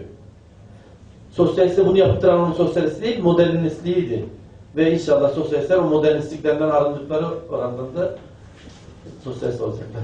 Yani Kemalizm aslında modernizmi Osmanlı toplumuna kazandıran bir ideoloji olarak mı ortaya çıktı? İttihat ve Terakki'nin uygulamaları, şiddet ve baskı ve asimilasyon politikaları ve faili meşruların ta o zamandan beri günümüze de sistematik bir şekilde gelmesi ve sizin belirttiğiniz ötekileşen unsurları hep hedef göstermesi, hedef alması, yani ari bir Türkçülük, ari bir Türkifikasyon politikasının yakın doğu, Orta Doğu temelinden dünyaya sinyal olarak verilmesi bazında modernite kavramı ya da modernleşme Kemalizmle mi kazandırıldı Osmanlı İmparatorluğu'na? Siz geç geldiniz herhalde. Evet, geç geldi. Yani birincisi yani Kemalizm zaten Osmanlı sonrası ortaya çıkmış bir şey ama ben bunun süreklilik olduğunu birkaç defa söyledim burada söz konusu olanı. Sadece İttihat rejiminin, İttihat zihniyetinin devamı değil, modernleşmeci zihniyetin devamı olduğunu, öyle bir kopuş söz konusu değil, tam bir devamlılık söz konusu. Sadece kemale eriyor, daha mükemmel, daha kamil bir Öldürmenin yolu. ya da kontrol altına alma. Öldürme kontrollerden bir başka kontroller de söz konusu. Biat olduğu zaman başka yol seçiyor. Bülent Hocam şöyle bir ekleme yapılabilir mi ona? Hitler'in bir nevi über alles, üstün ırk, güzel kimlik dayatmasının Türk kimliğinin en mükemmel, ari, en seçkin halinin bir de topluma kabul edilmesinin izahatı olabilir mi? Yok ya übermensch diyorsunuz. Neçeden göre de Über alles, her liberal şey başka. üstüne. Evet ama başka o daha önce Hitler öncesi Alman marşının bir şeydir, kuplesidir kullandılar ama kendi marşlarını sonra çıkardılar. Şimdi evet yani tabii ki bununla ilgili ama şeyi unutmamak gerekiyor. Biraz önce de söyledim. Bunu araçsallaştıran bir kesimden bahsediyoruz. Yani şöyle bir şey de söz konusu değil. Aslında Nazi Almanya'sında içinde aynı şeyi söyleyebiliriz tabii ki de. Yani ari ırk, üstün ırk üzerinden Türkleri ya da en doğru, en iyi inanç olarak Sunni, Hanefi versiyonunu öne çıkardığını düşünerek kendimizi yanıltmamamız gerekiyor. Bunu yapan elitler, bu her zaman böyledir.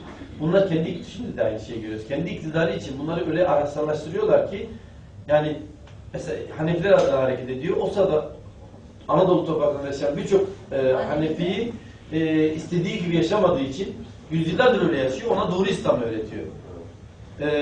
Türkiye doğru Türkiye öğretiyor. Ya ben size bir şey anlatayım, oradan anlarsınız. Mesela Ali'ye giderken, Ali deyince Ali Türkçe akla geliyor. Benim derslerimde öğrencilerime özellikle anlattığım bir şeydir. O zaman genel konteks daha iyi anlaşılıyor. Şimdi Kürtler haklı olarak son birkaç 10 yılda özellikle o sembolikleşti aslında. Bu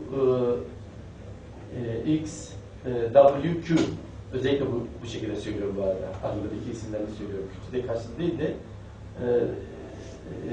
uluslararası karşılığını söyleyelim. Harften bahsediyoruz şimdi. O harflerin kullanılamaması, yasaklanması üzerine bir protesto gelişti ve bu birdenbire bir halk mücadelesine dönüştü ve hem Türkiye'de aklı çalışan herkes hem dünyadaki insanlar bunun absürt bir şey olduğunu gördü bu yasağın. Kalkmasa bile tam olarak hala. Ve bu hani vicdanlı herkesin Kürtlere haksızlık olarak okuyacağı bir şey. Şimdi ben bu dil reformu üzerinde çalıştığım zaman gördüğüm o reformu gerçekleştiren Kemalistlerin zihniyetine baktığımda gördüğüm bir şey olduğu için şunu kaçırdığımızı düşünüyorum. Kürtlerin harfleri verilmiyor, Türklerin sesleri alındı elinden. Bir Kürt hebat der. Hiçbir Kemalist gelip de hebat deme. Kabat Kürt, hebat de demez sana. Ama yüzyıllardır Türkçe bu. o çok övündükleri, Orta Asya'dan getirdikleri Türkçe. Toroslarda, Anadolu'da özbeöz Türkçe dedikleri şeydir. Kah, he, ke, yumuşak ke, nazal ne, bunlar Türkçenin harfleriydi. O küstah elit Ankara'da masalarda oturup he'nin kaba olduğunu, Fransızca'da kullanırsanız güzel oluyor o zaman, çok seksi oluyor ama siz Türkçe'de yani he'ler he'ye dönüştürüldü. Hala kullanılıyor. Yani Anadolu'nun her tarafında bu sesler var. Bu ses kullandığınız anda ilkel oluyorsunuz. Var mı böyle bir şey ya? Ben nerede horlandığım için mi hocam? Hayır. Tam da o 1933'ü Neşri Türk teröristinin kuramının ideolojik altyapısı gibi. Yani bu ikisini bir arada düşünmek lazım. Eşitlememek lazım. Elbette orada seçilen şey, ben bazen çok spekülatif bir şey ama bazen şeyi bile düşünüp çok daha nadiren söylediğim de oluyor. Televizyon kayıtta bu spekülatif şey çok böyle şey gibi ciddiye alınmasın ama yani ironik bir şekilde aklıma bazen şey geliyor. Bu elitlerin araçsallaştırma şeyi o kadar böyle öne çıkıyor ki o oportunistçe bir şey. Aslında ben Kemalist elitlerin Türkçülüğünün bile aslında tamamen böyle oportunistçe bir şey olduğunu düşünüyorum. O anda inansalar ki çok daha hızlı bir şekilde Cumhuriyet'in dili Kürtçe olsun, Arnavutça olsun ama hızlı dönüştürsünler. Yani bunların o romantizmi de bana şey gelmiyor. Mehmet Emin Yurdakul'un 1897'de yazdığı zamandaki gibi romantik böyle ideal bir şey de değil. Güzel Türkçe, güzel Türkçe meselesi de değil. Orada o iktidar ilişkisini, güç ilişkisini görmezsek bugünü de okuyamayız, o zaman da okuyamayız. Bir şekilde bir iktisadi, entelektüel, siyasi güç ilişkisi kurulmuş. İktidar söz konusu. Bu iktidarını sürdürmek için bizim sandığımızdan bugün de biliyoruz yani ülküler, ideal onlar olarak önümüze süren şeylerin nasıl araçsallaştırıldığını görüyoruz. Dolayısıyla da bu yani canım dilim, güzel dilim diyerek o dili nasıl yasakladıklarını, yok ettiklerini görmemiz gerekiyor. Yani tekrar söylüyorum, bu postmodern dönemde epeyce işte ulus devletin yavaş yavaş çözümlenmesini beklediği dönemlerde bunlar yapılmaya başlandı ama birçok ulus devlette yapılan en önemli şeylerden biri biliyorsunuz dilin standartlaştırılması. Yani 10 tane Almanca konuşuluyor, bir tane radyoyu açıyorsunuz, öyle bir Almanca konuşuyorsunuz, bu ne diyor ya falan oluyorsunuz. Şimdi burada olduğu gibi yani gelin misin, gideyim misin dediğiniz zaman ilkel oluyorsunuz siz. Bu Türkçe ya, geliyor musun kadar Türkçe ama utanıyor söylerken. Buraya konuşunca buraya gelince böyle konuşuyor ama biraz sonra ne yapıyorsun oluyor. Ne yapıyorsun? Olunca medeni oluyorsun. Bu şimdi size çok şey gibi bana bir şey gibi. Bu zihniyet en temelde yatan bu işte. Bizim tam dediğiniz şey işte. Başarı bu işte. Bu dersin içi, Türkiye için diyorum. Rejimin başarısı tam da bu. Bundan utanmak. Ve kendine benzetmek. Geri görmek, hor tutulmakla eşdeğer değil mi bu? Yani hayır ama bu öyle değil. Bunu içselleştiriyorsunuz. Siz kendinizi hor görüyorsunuz burada. Siz o kadar içselleştiriyorsunuz ki siz bile o yüzden de ebeveynlerinizin yaptığını annemdir, babamdır. Bunu artık değiştiremem. Bari ben değişeyim, çocuklarımı değiştireyim diyorsunuz. Ailenden utanmayı enforme ediyorlar sana. Evet. Bir taraftan da Türklükte övülmeyi. Ya şey hikayelerini falan biliyorsunuzdur yani mesela hani öpsülen olay işte hani kıyafetimiz gibi, dilimiz gibi müzik de önemlidir yani böyle ilkel müzik vardır. Alıp sazı alıp tangur tungur çalınca bir dönem için öyleydi en azından. Gayrimedeni oluyorsunuz. Klasik dinleyince modern oluyordunuz ya. Mesela bu insanların o araçsallaştırması için söylüyorum. Çok kolay böyle hani klasik müzik bittikten sonra hafif biraz rahatlayayım diye yine işte zeybek dinlemesi, bilmem ne yapması gibi yani böyle bu öyle bir terör ki kendisi de o kalıbın içerisine giriyor ve hızla medenileşmeye çalışıyor. Şimdi o söylediğiniz sürgünlerden, soykırımlardan sonra orada bir kısım insan kaldı. Bu arada soykırım dediniz, kayıttasınız, kamerası da döndü. Dikkat edin bence. Yasak mı? Değişti zannediyorum.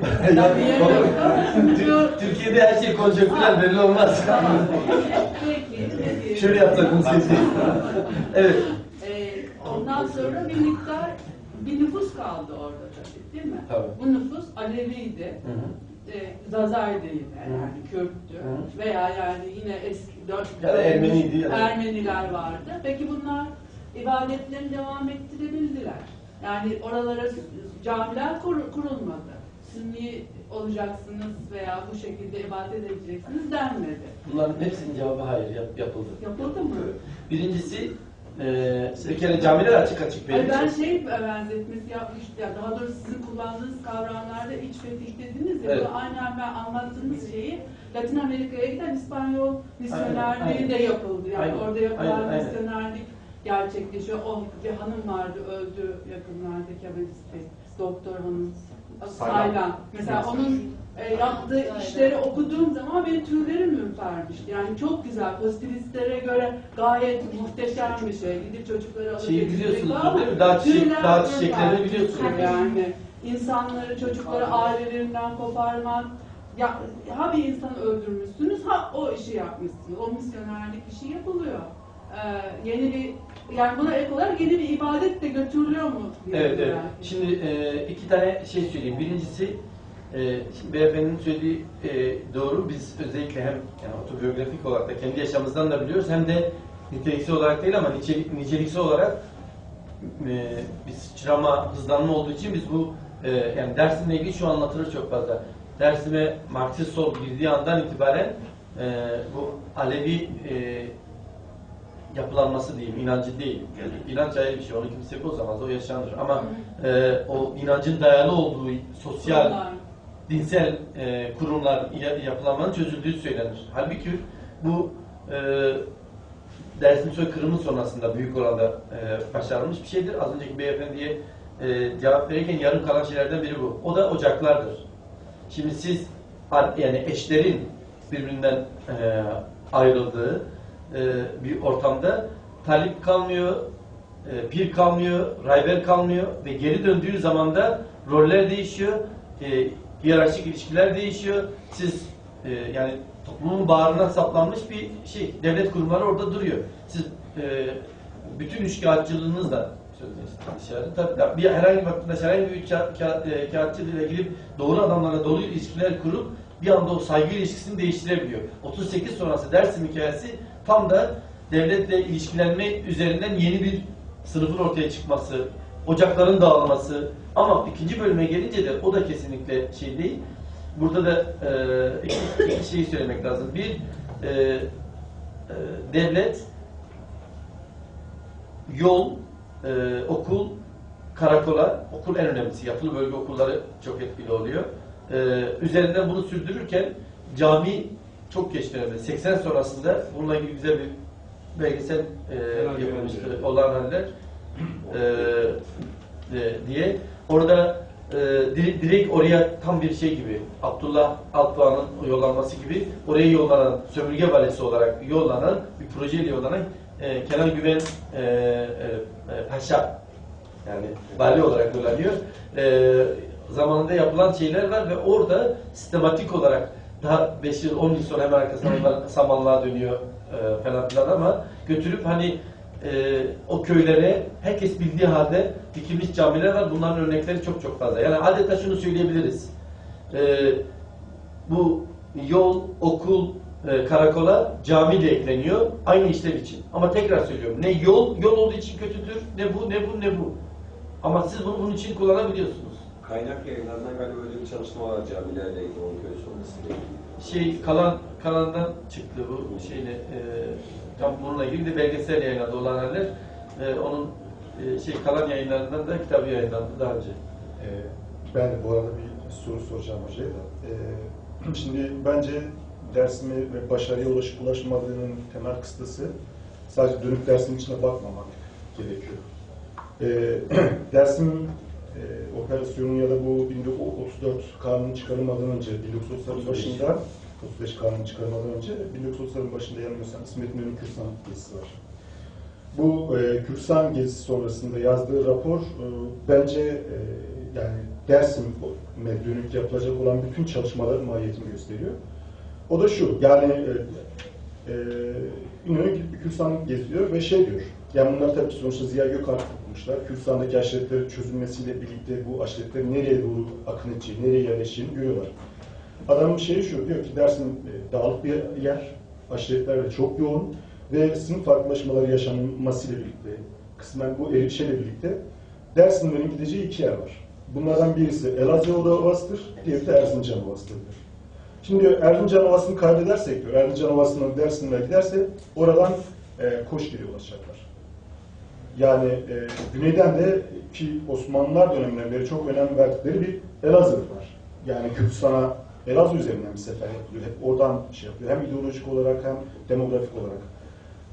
Yani Dersim katliamı ya da soykırım hani hangi anlamda kullanıyoruz o da bir sıkıntı. Yani Uluslararası kanun tanımladığı anlamda. daha hani çünkü bir cin ya da bir cins belirtmem lazım. Yani Alevi soykırımı, Kürt soykırımı, yani bu ulusal medeni bir grup soykırımı burada bunu tam çıkaramıyoruz. Ama en azından hani şöyle diyelim biz, bu sonuçta etrafta çok on binlerce insanın katledildiği büyükçe bir katliam var.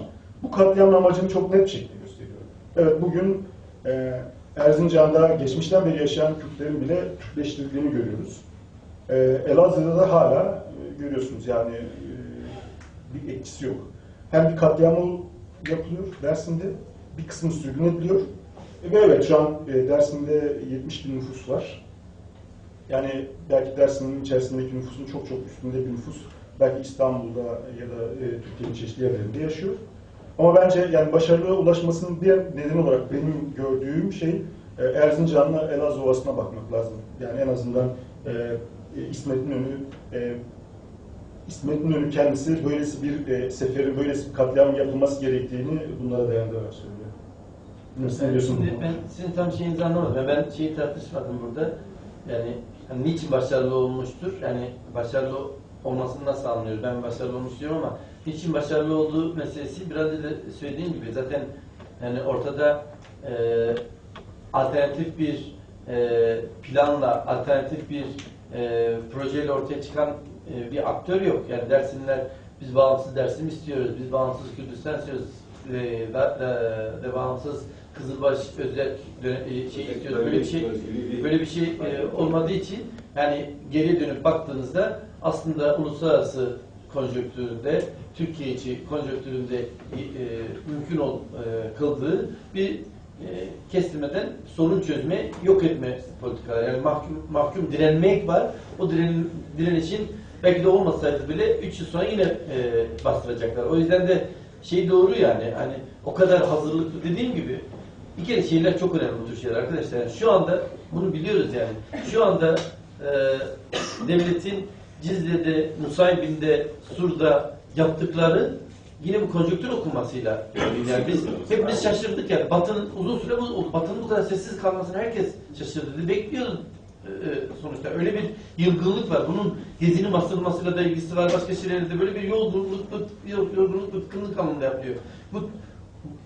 Bu anlamda Dersim için de bu geçerli. Yani Dersim'de, Elazığ'da mesela o Ermenilerden kalan, Erzincan'da yani İsmet İnönü gittiğinde gözlemlenen biri o zaten. Erzincan'dan boşalan yerlere Kızılbaşlar gelip yerleşmeye başlıyor diyor.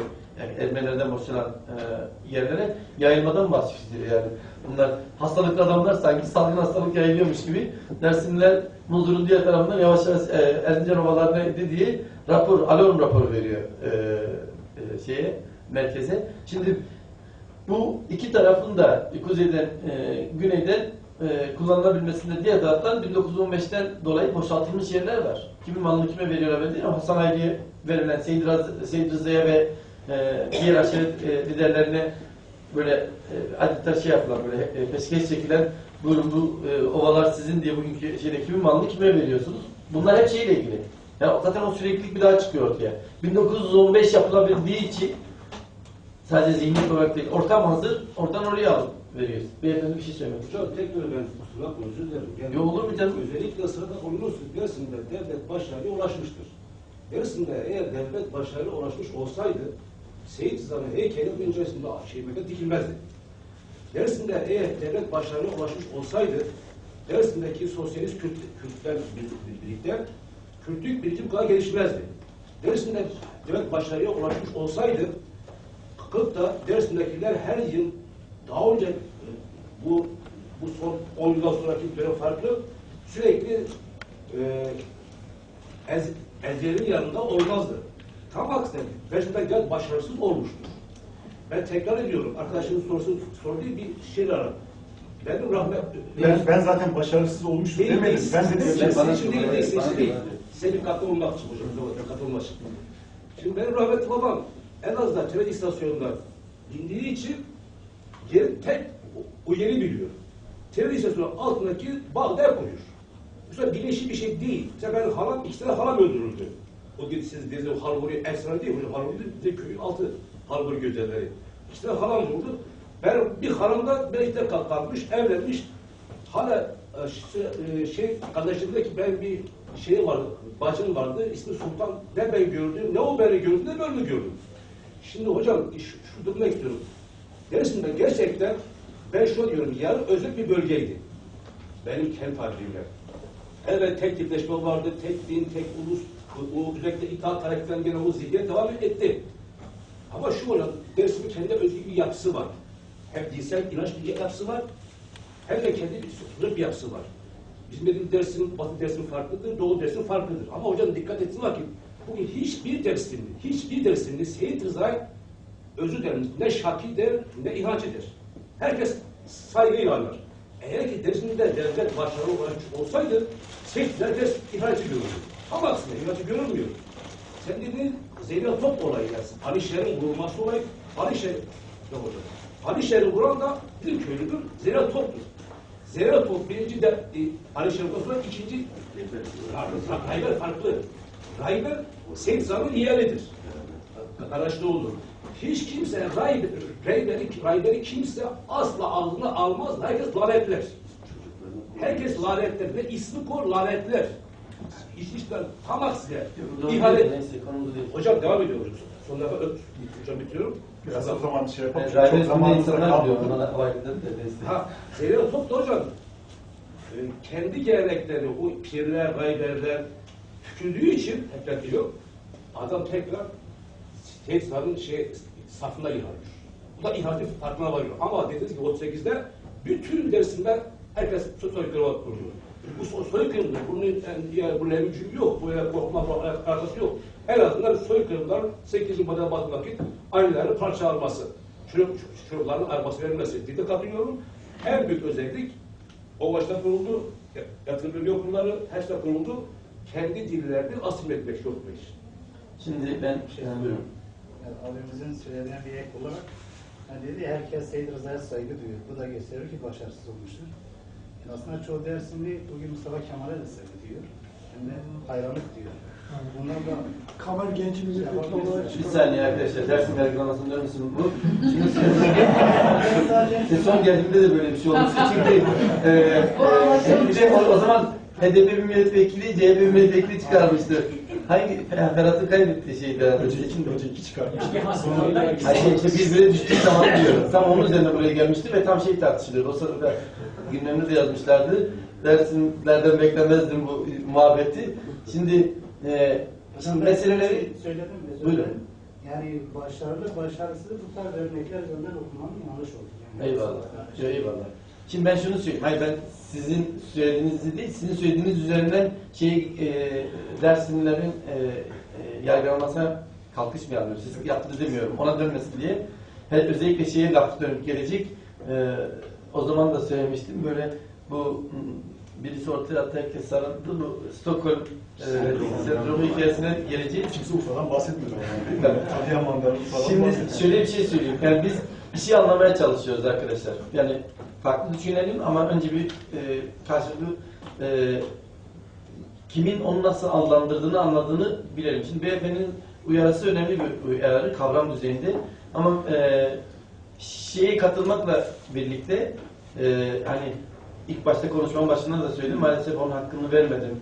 Konuşamadık burada. Yani faillerle ilgili bolca konuştuk. Türkiye uzun süre bunu konuşmaktan kaçındı. Onu da söyleyeyim bu arada. Yani Başbakan dahil Dersim katliamı dedi. Hiç kimse çıkıp da kendisine katil kim demedi. Yani açık korkuyor, söyleyemiyor bunu. Çünkü kimin kastettiğini biliyoruz ama söyleyemiyorlardı.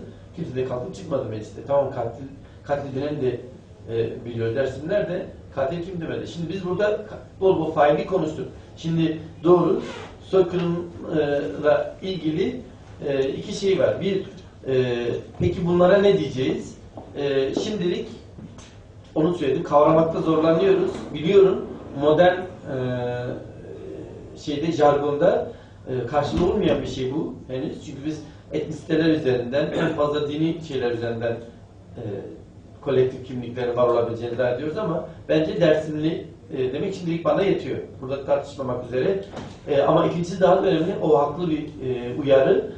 Soykırım, yani jenosidteki jen tabii ki bir soy andırıyor ve yine aynı şeye geliyoruz. Ama yani Yahudiler soy muydu, inanç mıydı, bir başka yerde, yani bu daha genel anlamda kullanıldığını unutmamak gerekiyor. Yani o soyun akla getirdiği şey değil. Ama en önemlisi beyefendinin bu başarısızlık meselesiyle ilgili ısrarla söylüyorum. Dersim'de yok edilen şey bir varoluş biçimiydi, bir yaşam biçimiydi. Muhaliflik değildi. Muhaliflik öldürülmedi. Ama Dersimli başka şekilde, tekrar söyleyeyim, başka bir muhalif olarak çıktı ortaya. Onu yok edersiniz. Yani siz Kızılderililer yaşıyor mu? Yaşamıyor. Kamplara taşıdılar. Alkoldür, carçudur. Şimdi Kızılderili hareketi ortaya çıksa Kızılderililer ölmemiş mi diyeceğiz? Kızılderililik öldü. Bu kadar basit. O bir yaşam biçimiydi. Doğayla, ağaçla, toprakla, aileyle, dinle bir yaşam biçimi vardı. Bu öldürüldü. Bunun yok edilmesi ne karşı direnenler, ancak gerçekten onu romantize etmeden. Bu çok çok önemli. Bir tehlike, yani geriye dönüp biz dersine bakarken romantizmden de idealleştirmeden, efsaneleştirmeden de kurtulmamız gerekiyor. Şimdi olgusal düzeyde söyledikleriniz bence sonradan genel baktığımızda görmek istediğimiz şeyler. Tek tek burada açabiliriz ama yani ne Halvuri, ne Zeynel Top, ne de Seyyid Rıza ile ilgili algı konusunda söylediklerinize katılmıyorum. Dersim daha sonra yani farklı örgütlenmelerde Dersim'e muhalifliğini kazandıran, yani bizzat muhalif sol örgütlerin orada kök salmasını açıklayabilirsiniz. Orada tutmasını Alevilikle, diğer mağduriyetle. Orada benim söylemek istediğim şudur. Tekrar söylüyorum. Orada vardıysa idealize etmemek şartla bir Dersimlilik durumu, bir farklı bir yaşam biçimi. Çünkü bunu Alevilik de diyemiyoruz. O sırada Anadolu'nun değişik yerlerinde yaşanan Alevilikten de farklı. Kürtlük, Kürdistanlık de diyemiyoruz. Ondan da farklı. Bunu görmek gerekiyor bütün bunlarla. Yani Ermeni'yi düşünün, o kendine has Kızılbaşlığını düşünün, dilini düşünün. Bütün bunlarla böyle bir şey söz konusu. Bunun yok edilmesinden bahsediyoruz. Şeyde fazla yani uzatmak istemiyorum. Yani sonuçta benim için buraya geldiğinde ya da şimdi burada çıktığımda çok kategorik bir soru değil. Haklı olabilirsiniz. Başarı başarısız göreceli şeyler. Ben bunun soykırımın yani o yüzden benim için iyi oldu bu yalnız. Bunun başarılı olması anlamında söylüyorum. Başarılı olmaması da o yüzden Dersimleri yargılamaya dönüşmesin. Şeyde de oldu yani CHP'ye oy verdiler, doğru. Yani Mustafa Kemal hayranları. Tabii yani o heykeli diken insanların evleri Mustafa Kemal fotoğraflarıyla dolu olabiliyor. Bir bütün olarak böyle bu tür tepkiler verdiler vermedilerin ötesinde biz o verilen tepkide yeni olgular var. Bugün mesela Dersimliler farklı bir tepki veriyorlarsa evet şeyi arayalım. O yok edilen şeylerin arta kalanları, o kökler ne kadar etkili olduğunu düşünüyorum ama orada yeni bir şey var. Orada bir subjektif bir koşul var. Yani durduk yere hiç sosyal hareket olmasaydı, bir Kürt hareketi olmasaydı Dersimler zaten orada vardı da muhaliflik mi yapacaklardı? Ne yapacaklarını söylüyoruz işte. Mustafa Kemal'le ilgili de, CHP ile ilgili de tavırlar belliydi. Bunlar çok normal. Benim için asıl olan, tekrar parasından olsa da söylüyorum, benim için asıl olan bunlar değil, asıl olan bir yaşam biçimi ve orada da gördüğümüz kadarıyla, şimdiye kadarki okumalarınızda anladığımız kadarıyla yol sürmek, erkan bilmek ve bunların hayatta kalabilmesi için de ocaktır, musayipliktir, kirveliktir. Bunun çözümlenmesi, bu kadar hızlı çözülmesinde de tabii ki en genel anlamda modernleşme, diğer Aleviler arasında tüm çözüm yaşandı. Ama Dersim'in bu kadar olmasının sebebi tamamen soykırım bence. şöyle bir sözcük eklenebilir. Bir orijinalliğin, bir öznelliğin yok edilmesidir. Orijinallik yaparsak böyle şey olur ama bir öznelliğin Ama o zaman siz şunu da söyleyin. Sosyal mühendislik, İmhasıdır evet, yani. evet. sosyal mühendislik başarıya ulaşmıştır. Yani sosyal mühendislik yapılmadığı zaman da toplumlar değişiyorlar Evet. zorlamayla, Evet. çevre şeyle. Sonuçta zaten dersim bir 100 yıl sonra Türkiye'nin geneline ya da dünyaya katılacaktı. Bir şekilde değişecekti. Ama sizin söylediğinizde evet sosyal mühendislik burada işe yaramıştır. Hayır ben öyle demiyorum. Ben sosyal mühendislik Türkiye'de işe yaramıştır diyorum. Evet, yani. Burada sosyal cerrahlık işe yaramıştır. Sosyal cerrahlık üzerinden bir yaşam biçimi komple silinip atmıştır. Zamanı yayarak toplumun bütün kesimlerinde o sosyal, yani bunun kusura bakmayın da yani en anti Kemalistlerin bile ne kadar o zihniyetle konuştuğunu, modernist, Kemalist dille konuştuğunu, sosyalistlerin, İslamcıların yani Türkiye İslamcılarının dillerindeki, zihniyetlerindeki o Kemalizmi görmemek olmaz yani. Görüyoruz. Bu o kadar içselleştirilmiş ki tam da dönüşme bununla ilgili. Herkes bunun alternatifini tartışmıyoruz. Bunun alternatifi nedir demiyor. Bu bir tespittir. Orada bir yaşam biçimi var. Beyefendinin bence formülasyonu, benim katılacağım bir formülasyon. Orada bir, yani muğlak da olsa orada bir yaşam biçimi var. Yani şunu tartışamayız. Yani burada tartışırız da konumuz o değil. Yani o böyle bir cerrahlık söz konusu olmasaydı uzun vadeli toplumsal mühendislik üzerinden ne olurdu? Birileri diyebilir ki ne olacak belli Kürdistan diğer parçalarına bak der. Ya da tersini söyleyeyim, hiç toplumsal mühendislik olmasaydı ne olurdu? Ya da direniş başarılı olsaydı ne olurdu? Bu bizi başka yere götürüyor. Beni 20 yıl önceye getiriyor. Doktora tezimin konusu tam buydu. Bu paradigma Batı'nın başarılı olmadığı bir yeri yok. Başarılı olması ne anlama geliyor? Ne olurdu bilmiyoruz. Hocam, yani bir şey söylemeyin, gençlerden de söz alalım da. Tamam, şöyle son 2 soru alalım. Çünkü çok zamanımız olmadı. 2 saat. Soru olması şart değil. Yorumlarınızı yorum da alalım. Evet. O zaman bir şeyle başlayalım. 3 kişi varmış arkadaşlar. O zaman merak edelim. Tamam, Ben hocama şunu söylemek istiyorum.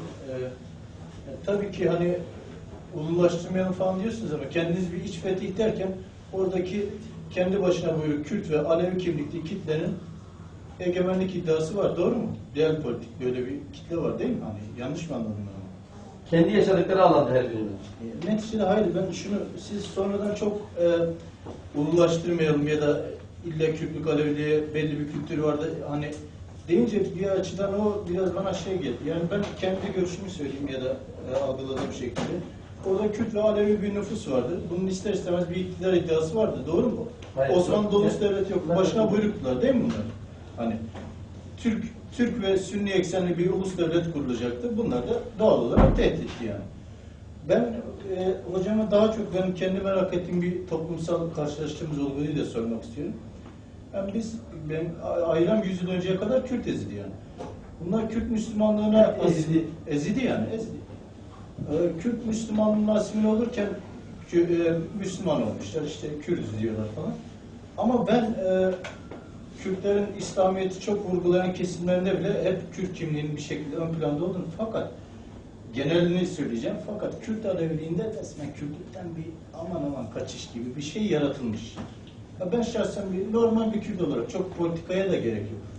Bir Mustafa Kemal posterinin, bir Türk bayrağının bu kadar özellikle Kürt Aleviliği için diyorum, bu kadar hayatın içine sokulmasını çok garipsiyorum yani. Ya bunları nasıl yapabilmişler ya da sizin ya da Dersim dediğiniz, o soykırım dediğiniz bunu mu yaratmak istediler? Yani maalesef şu an hani Kürt Alevi toplumunda adamlar bir tarafı aksak olarak Kürt kimliğinden bir Kürt kimliğini yatsıma diyelim en iyi şeyle yaratmışlar bir şekilde. Şimdi ben sadece bunları sormak istiyorum. Şimdi birkaç tane şey, 3 tane şey, hepsi kısa söylemek istiyorum. Yani birincisi bu saydığınız kolektif kimliklerden Kürtlük, Türklük yeni şeylerdir. İnançtı bu kolektif kimlikleri benimseyen şeyler ve aşiretlerdi ve tarikatlardı. Yani 20. yüzyıla girerken Osmanlı'nın bütün parçalarında olduğu gibi Kürdistan'da da Anadolu diğer yerlerde de insanlar kolektif kimlik olarak ya aşiretlerine aidiyet ya tarikatlarına ya da işte inanç, tarikat çünkü daha anlamda ya da mezhep ya da din üzerinden bir şeye aidiyetten bahsediyorlar. Dolayısıyla Alevilik çok daha eski, farklı bir şey.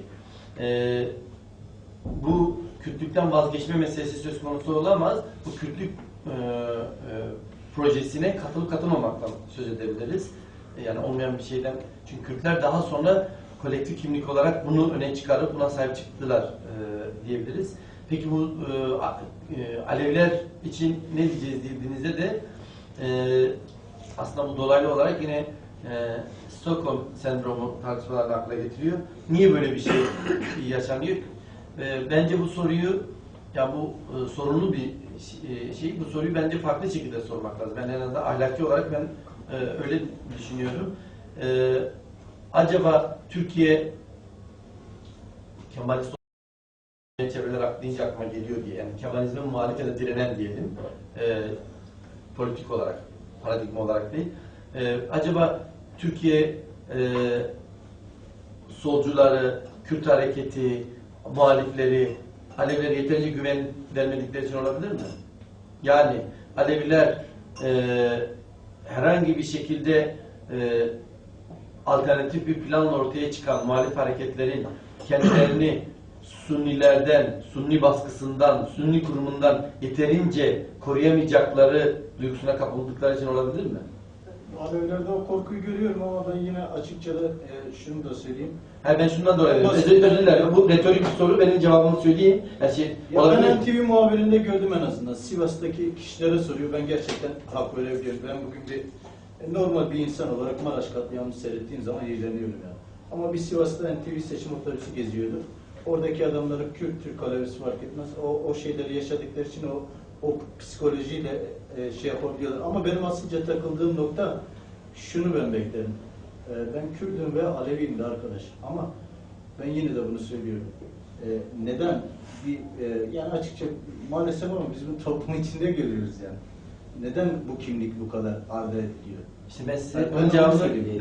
Şunu dese ben kabul edebilirim. Ben Aleviyim arkadaş. Ben sizin sorunuzu anladım, cevap vermeye çalışıyorum. 2 kimlikliyim ben dese yine kabul Yok, edebilirim. 3 kimlikli de var. Ben sadece size şunu söylüyorum. Diyorum ki ben size o retorik soruyu şunun için sordum. Önce soruyu sorarken doğru yere doğru şekilde dikkatli olarak sormak lazım ki yargılayıcı duruma düşmeyelim diye söylüyorum. Ama cevabım benim bunun Kemalistlerin bu konuda diğer çevrelere göre sahte de olsa bu güveni vermiş olmaları. Kendi sözüm onun da içini boşaltarak Aleviliklerini, çünkü Alevilikleri indirgiyorlar işte camiye gitmemeye, Ramazan'ı orucu tutmamaya indiriyor, bir yaşam biçiminden olmak. Ama o kadarını bile, o sembolik düzeyde Aleviliğini bile yaşamasını engellemeyen bir rejim ona o güvenceyi vermiş. Altında diyorsun. Bitireyim.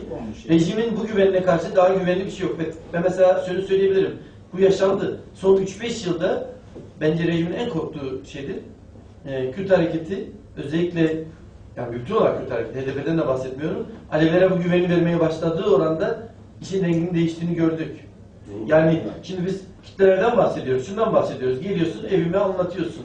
Ben İsterseniz Kürdistan anlatın, isterseniz Türkiye fark etmez. Bir özgürlük, bir vaat olması lazım. Kimse Kürdistan istemez ki.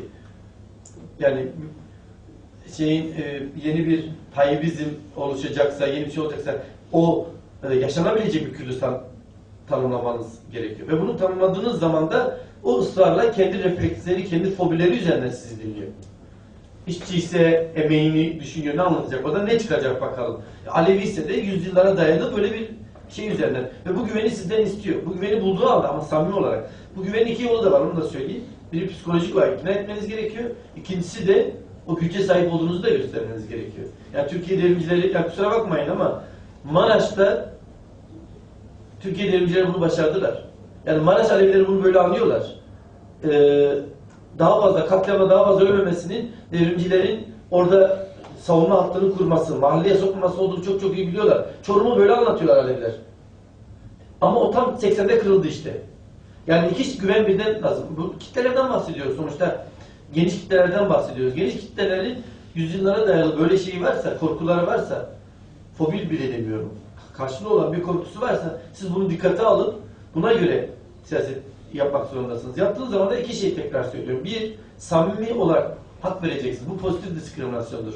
Yani siz yüzyıllardır erkeğin gadrine uğramış bir kadına gidip de bacım merak etme dediğiniz anda o kadın hala bir dakika yapıyorsa hayır öyle değil. O kadın daha 5 defa iteceksiniz, ispatlayacaksınız. Mecbursunuz, bunu yapmak zorundasınız. Yüzyıllara dayalı sizin cinsiyetinizin sorumluluğunu taşıyorsunuz. Burada da böyle bir şey var ama ikinci bir şey daha var. Bu da önemli bence. Bu da politikayla ilgili. O güveni de istiyor haklı olarak kitlere. Benim gördüğüm kadarıyla. Yani samimisin ama abi esamen okunmaz. Bu adam senin örgütün içerisinden gelmez ama benim komşum gelip beni kestiğinde sen Yoksun. gelip koruyabilecek misin beni diye. Şimdi bu çok konuşulmayan bir şey ama Aleviler için, Ezidiler için de bence bu geçerli. Çok bilmediğim bir şey ama Aleviler için şu çok önemli. Çok sahici, çok derinde bir korku var gerçekten. Özellikle böyle hemen yanı başında çatışmalar yaşayan ve Kürt-Türk çatışmalarından çok bahsedildi memlekette ama herkes de biliyor ki aslında derinlerde yatan öyle bir başka bir korku var, başka bir fay hattı var. Peki Arkadan bir de bitireceğiz herhalde. Evet, çok zamanımız çok uzadı. Önce bir sizden alalım hocam. Evet, geçen seferki konuşmanızda bahsetmiştiniz. Geçen de geldiniz. Evet. Şey olmuştu orada, Türkçe kaynaklarda dersimle alakalı araştırmalar yapan öğrencilerimiz vardı. Özellikle Bediüzzaman'ın kaynaklarında. Evet. Bununla ilgili ne sonuçlar çıktı onu merak ettim. Hocam, ayıp olacak kamera ama tezini bitirmeyen nadir öğrencilerimden biri oldu. Yani o değişik kaynaklarda çalışan oldu ama Nursi'nin şeylerinden hatta kısa kürekle Nursi'yi birlikte yapacaktım ama maalesef bitiremedim. Son soruyu son soruyu alalım da sonra toplantı bittikten sonra devam edilebilir ama benim bu sorudan ziyade yorum şeklinde. Hocam Türkiye'nin yaptıklarını İngilizlerin tabiriyle the white man's burden kavramıyla açıklayabilir miyiz? Kısaca. Evet. Yani bu en genel bağlamda kesinlikle zaten beyaz adamın sorumluluğu ya da yükü dediğimiz şey benim biraz önce anlattığım o genel paradigma düzeyinde anlattım. Yani modernleşme olarak anlattığımın özeti zaten. Ve bunu çok kolay size şöyle söyleyebilirim. Dönemin metinlerine baktığınız zaman bu insanlar dersimi kırarak, dökerek de olsa dönüştürmeye çalışan insanlar Dersimlere iyilik yaptıklarını düşünüyorlar. Sorumluluklarını yerine getiriyorlar. Bu arada bunun için Türk olmaya gerek yok. Kürt Aydın'ı da Osmanlı, bunu biliyorsunuzdur, yayınlandı Dersim raporlarında. Daha sonra da üstelik Kürt ulusal şeyinin de canlanmasında aktörlerinde biri. Dersime Osmanlı görevlisi olarak gittiğinde aynı dili kullanarak ne diyordu Cihangir?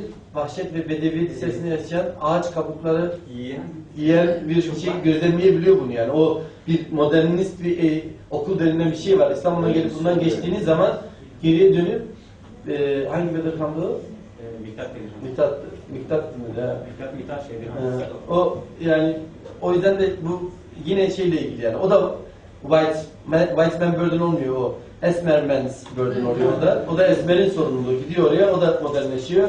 Bu alanda da hani yine oraya geliyoruz. Yani Kürdistan diyoruz, Türkistan diyoruz, ne diyoruz ama geriye döndüğümüzde nasıl bir şey vaat ediyoruz? Yani Atatürk Kürtlere zulmetti, Atatürk olsaydı iyi olur mu diyoruz yoksa başka bir şey miydi?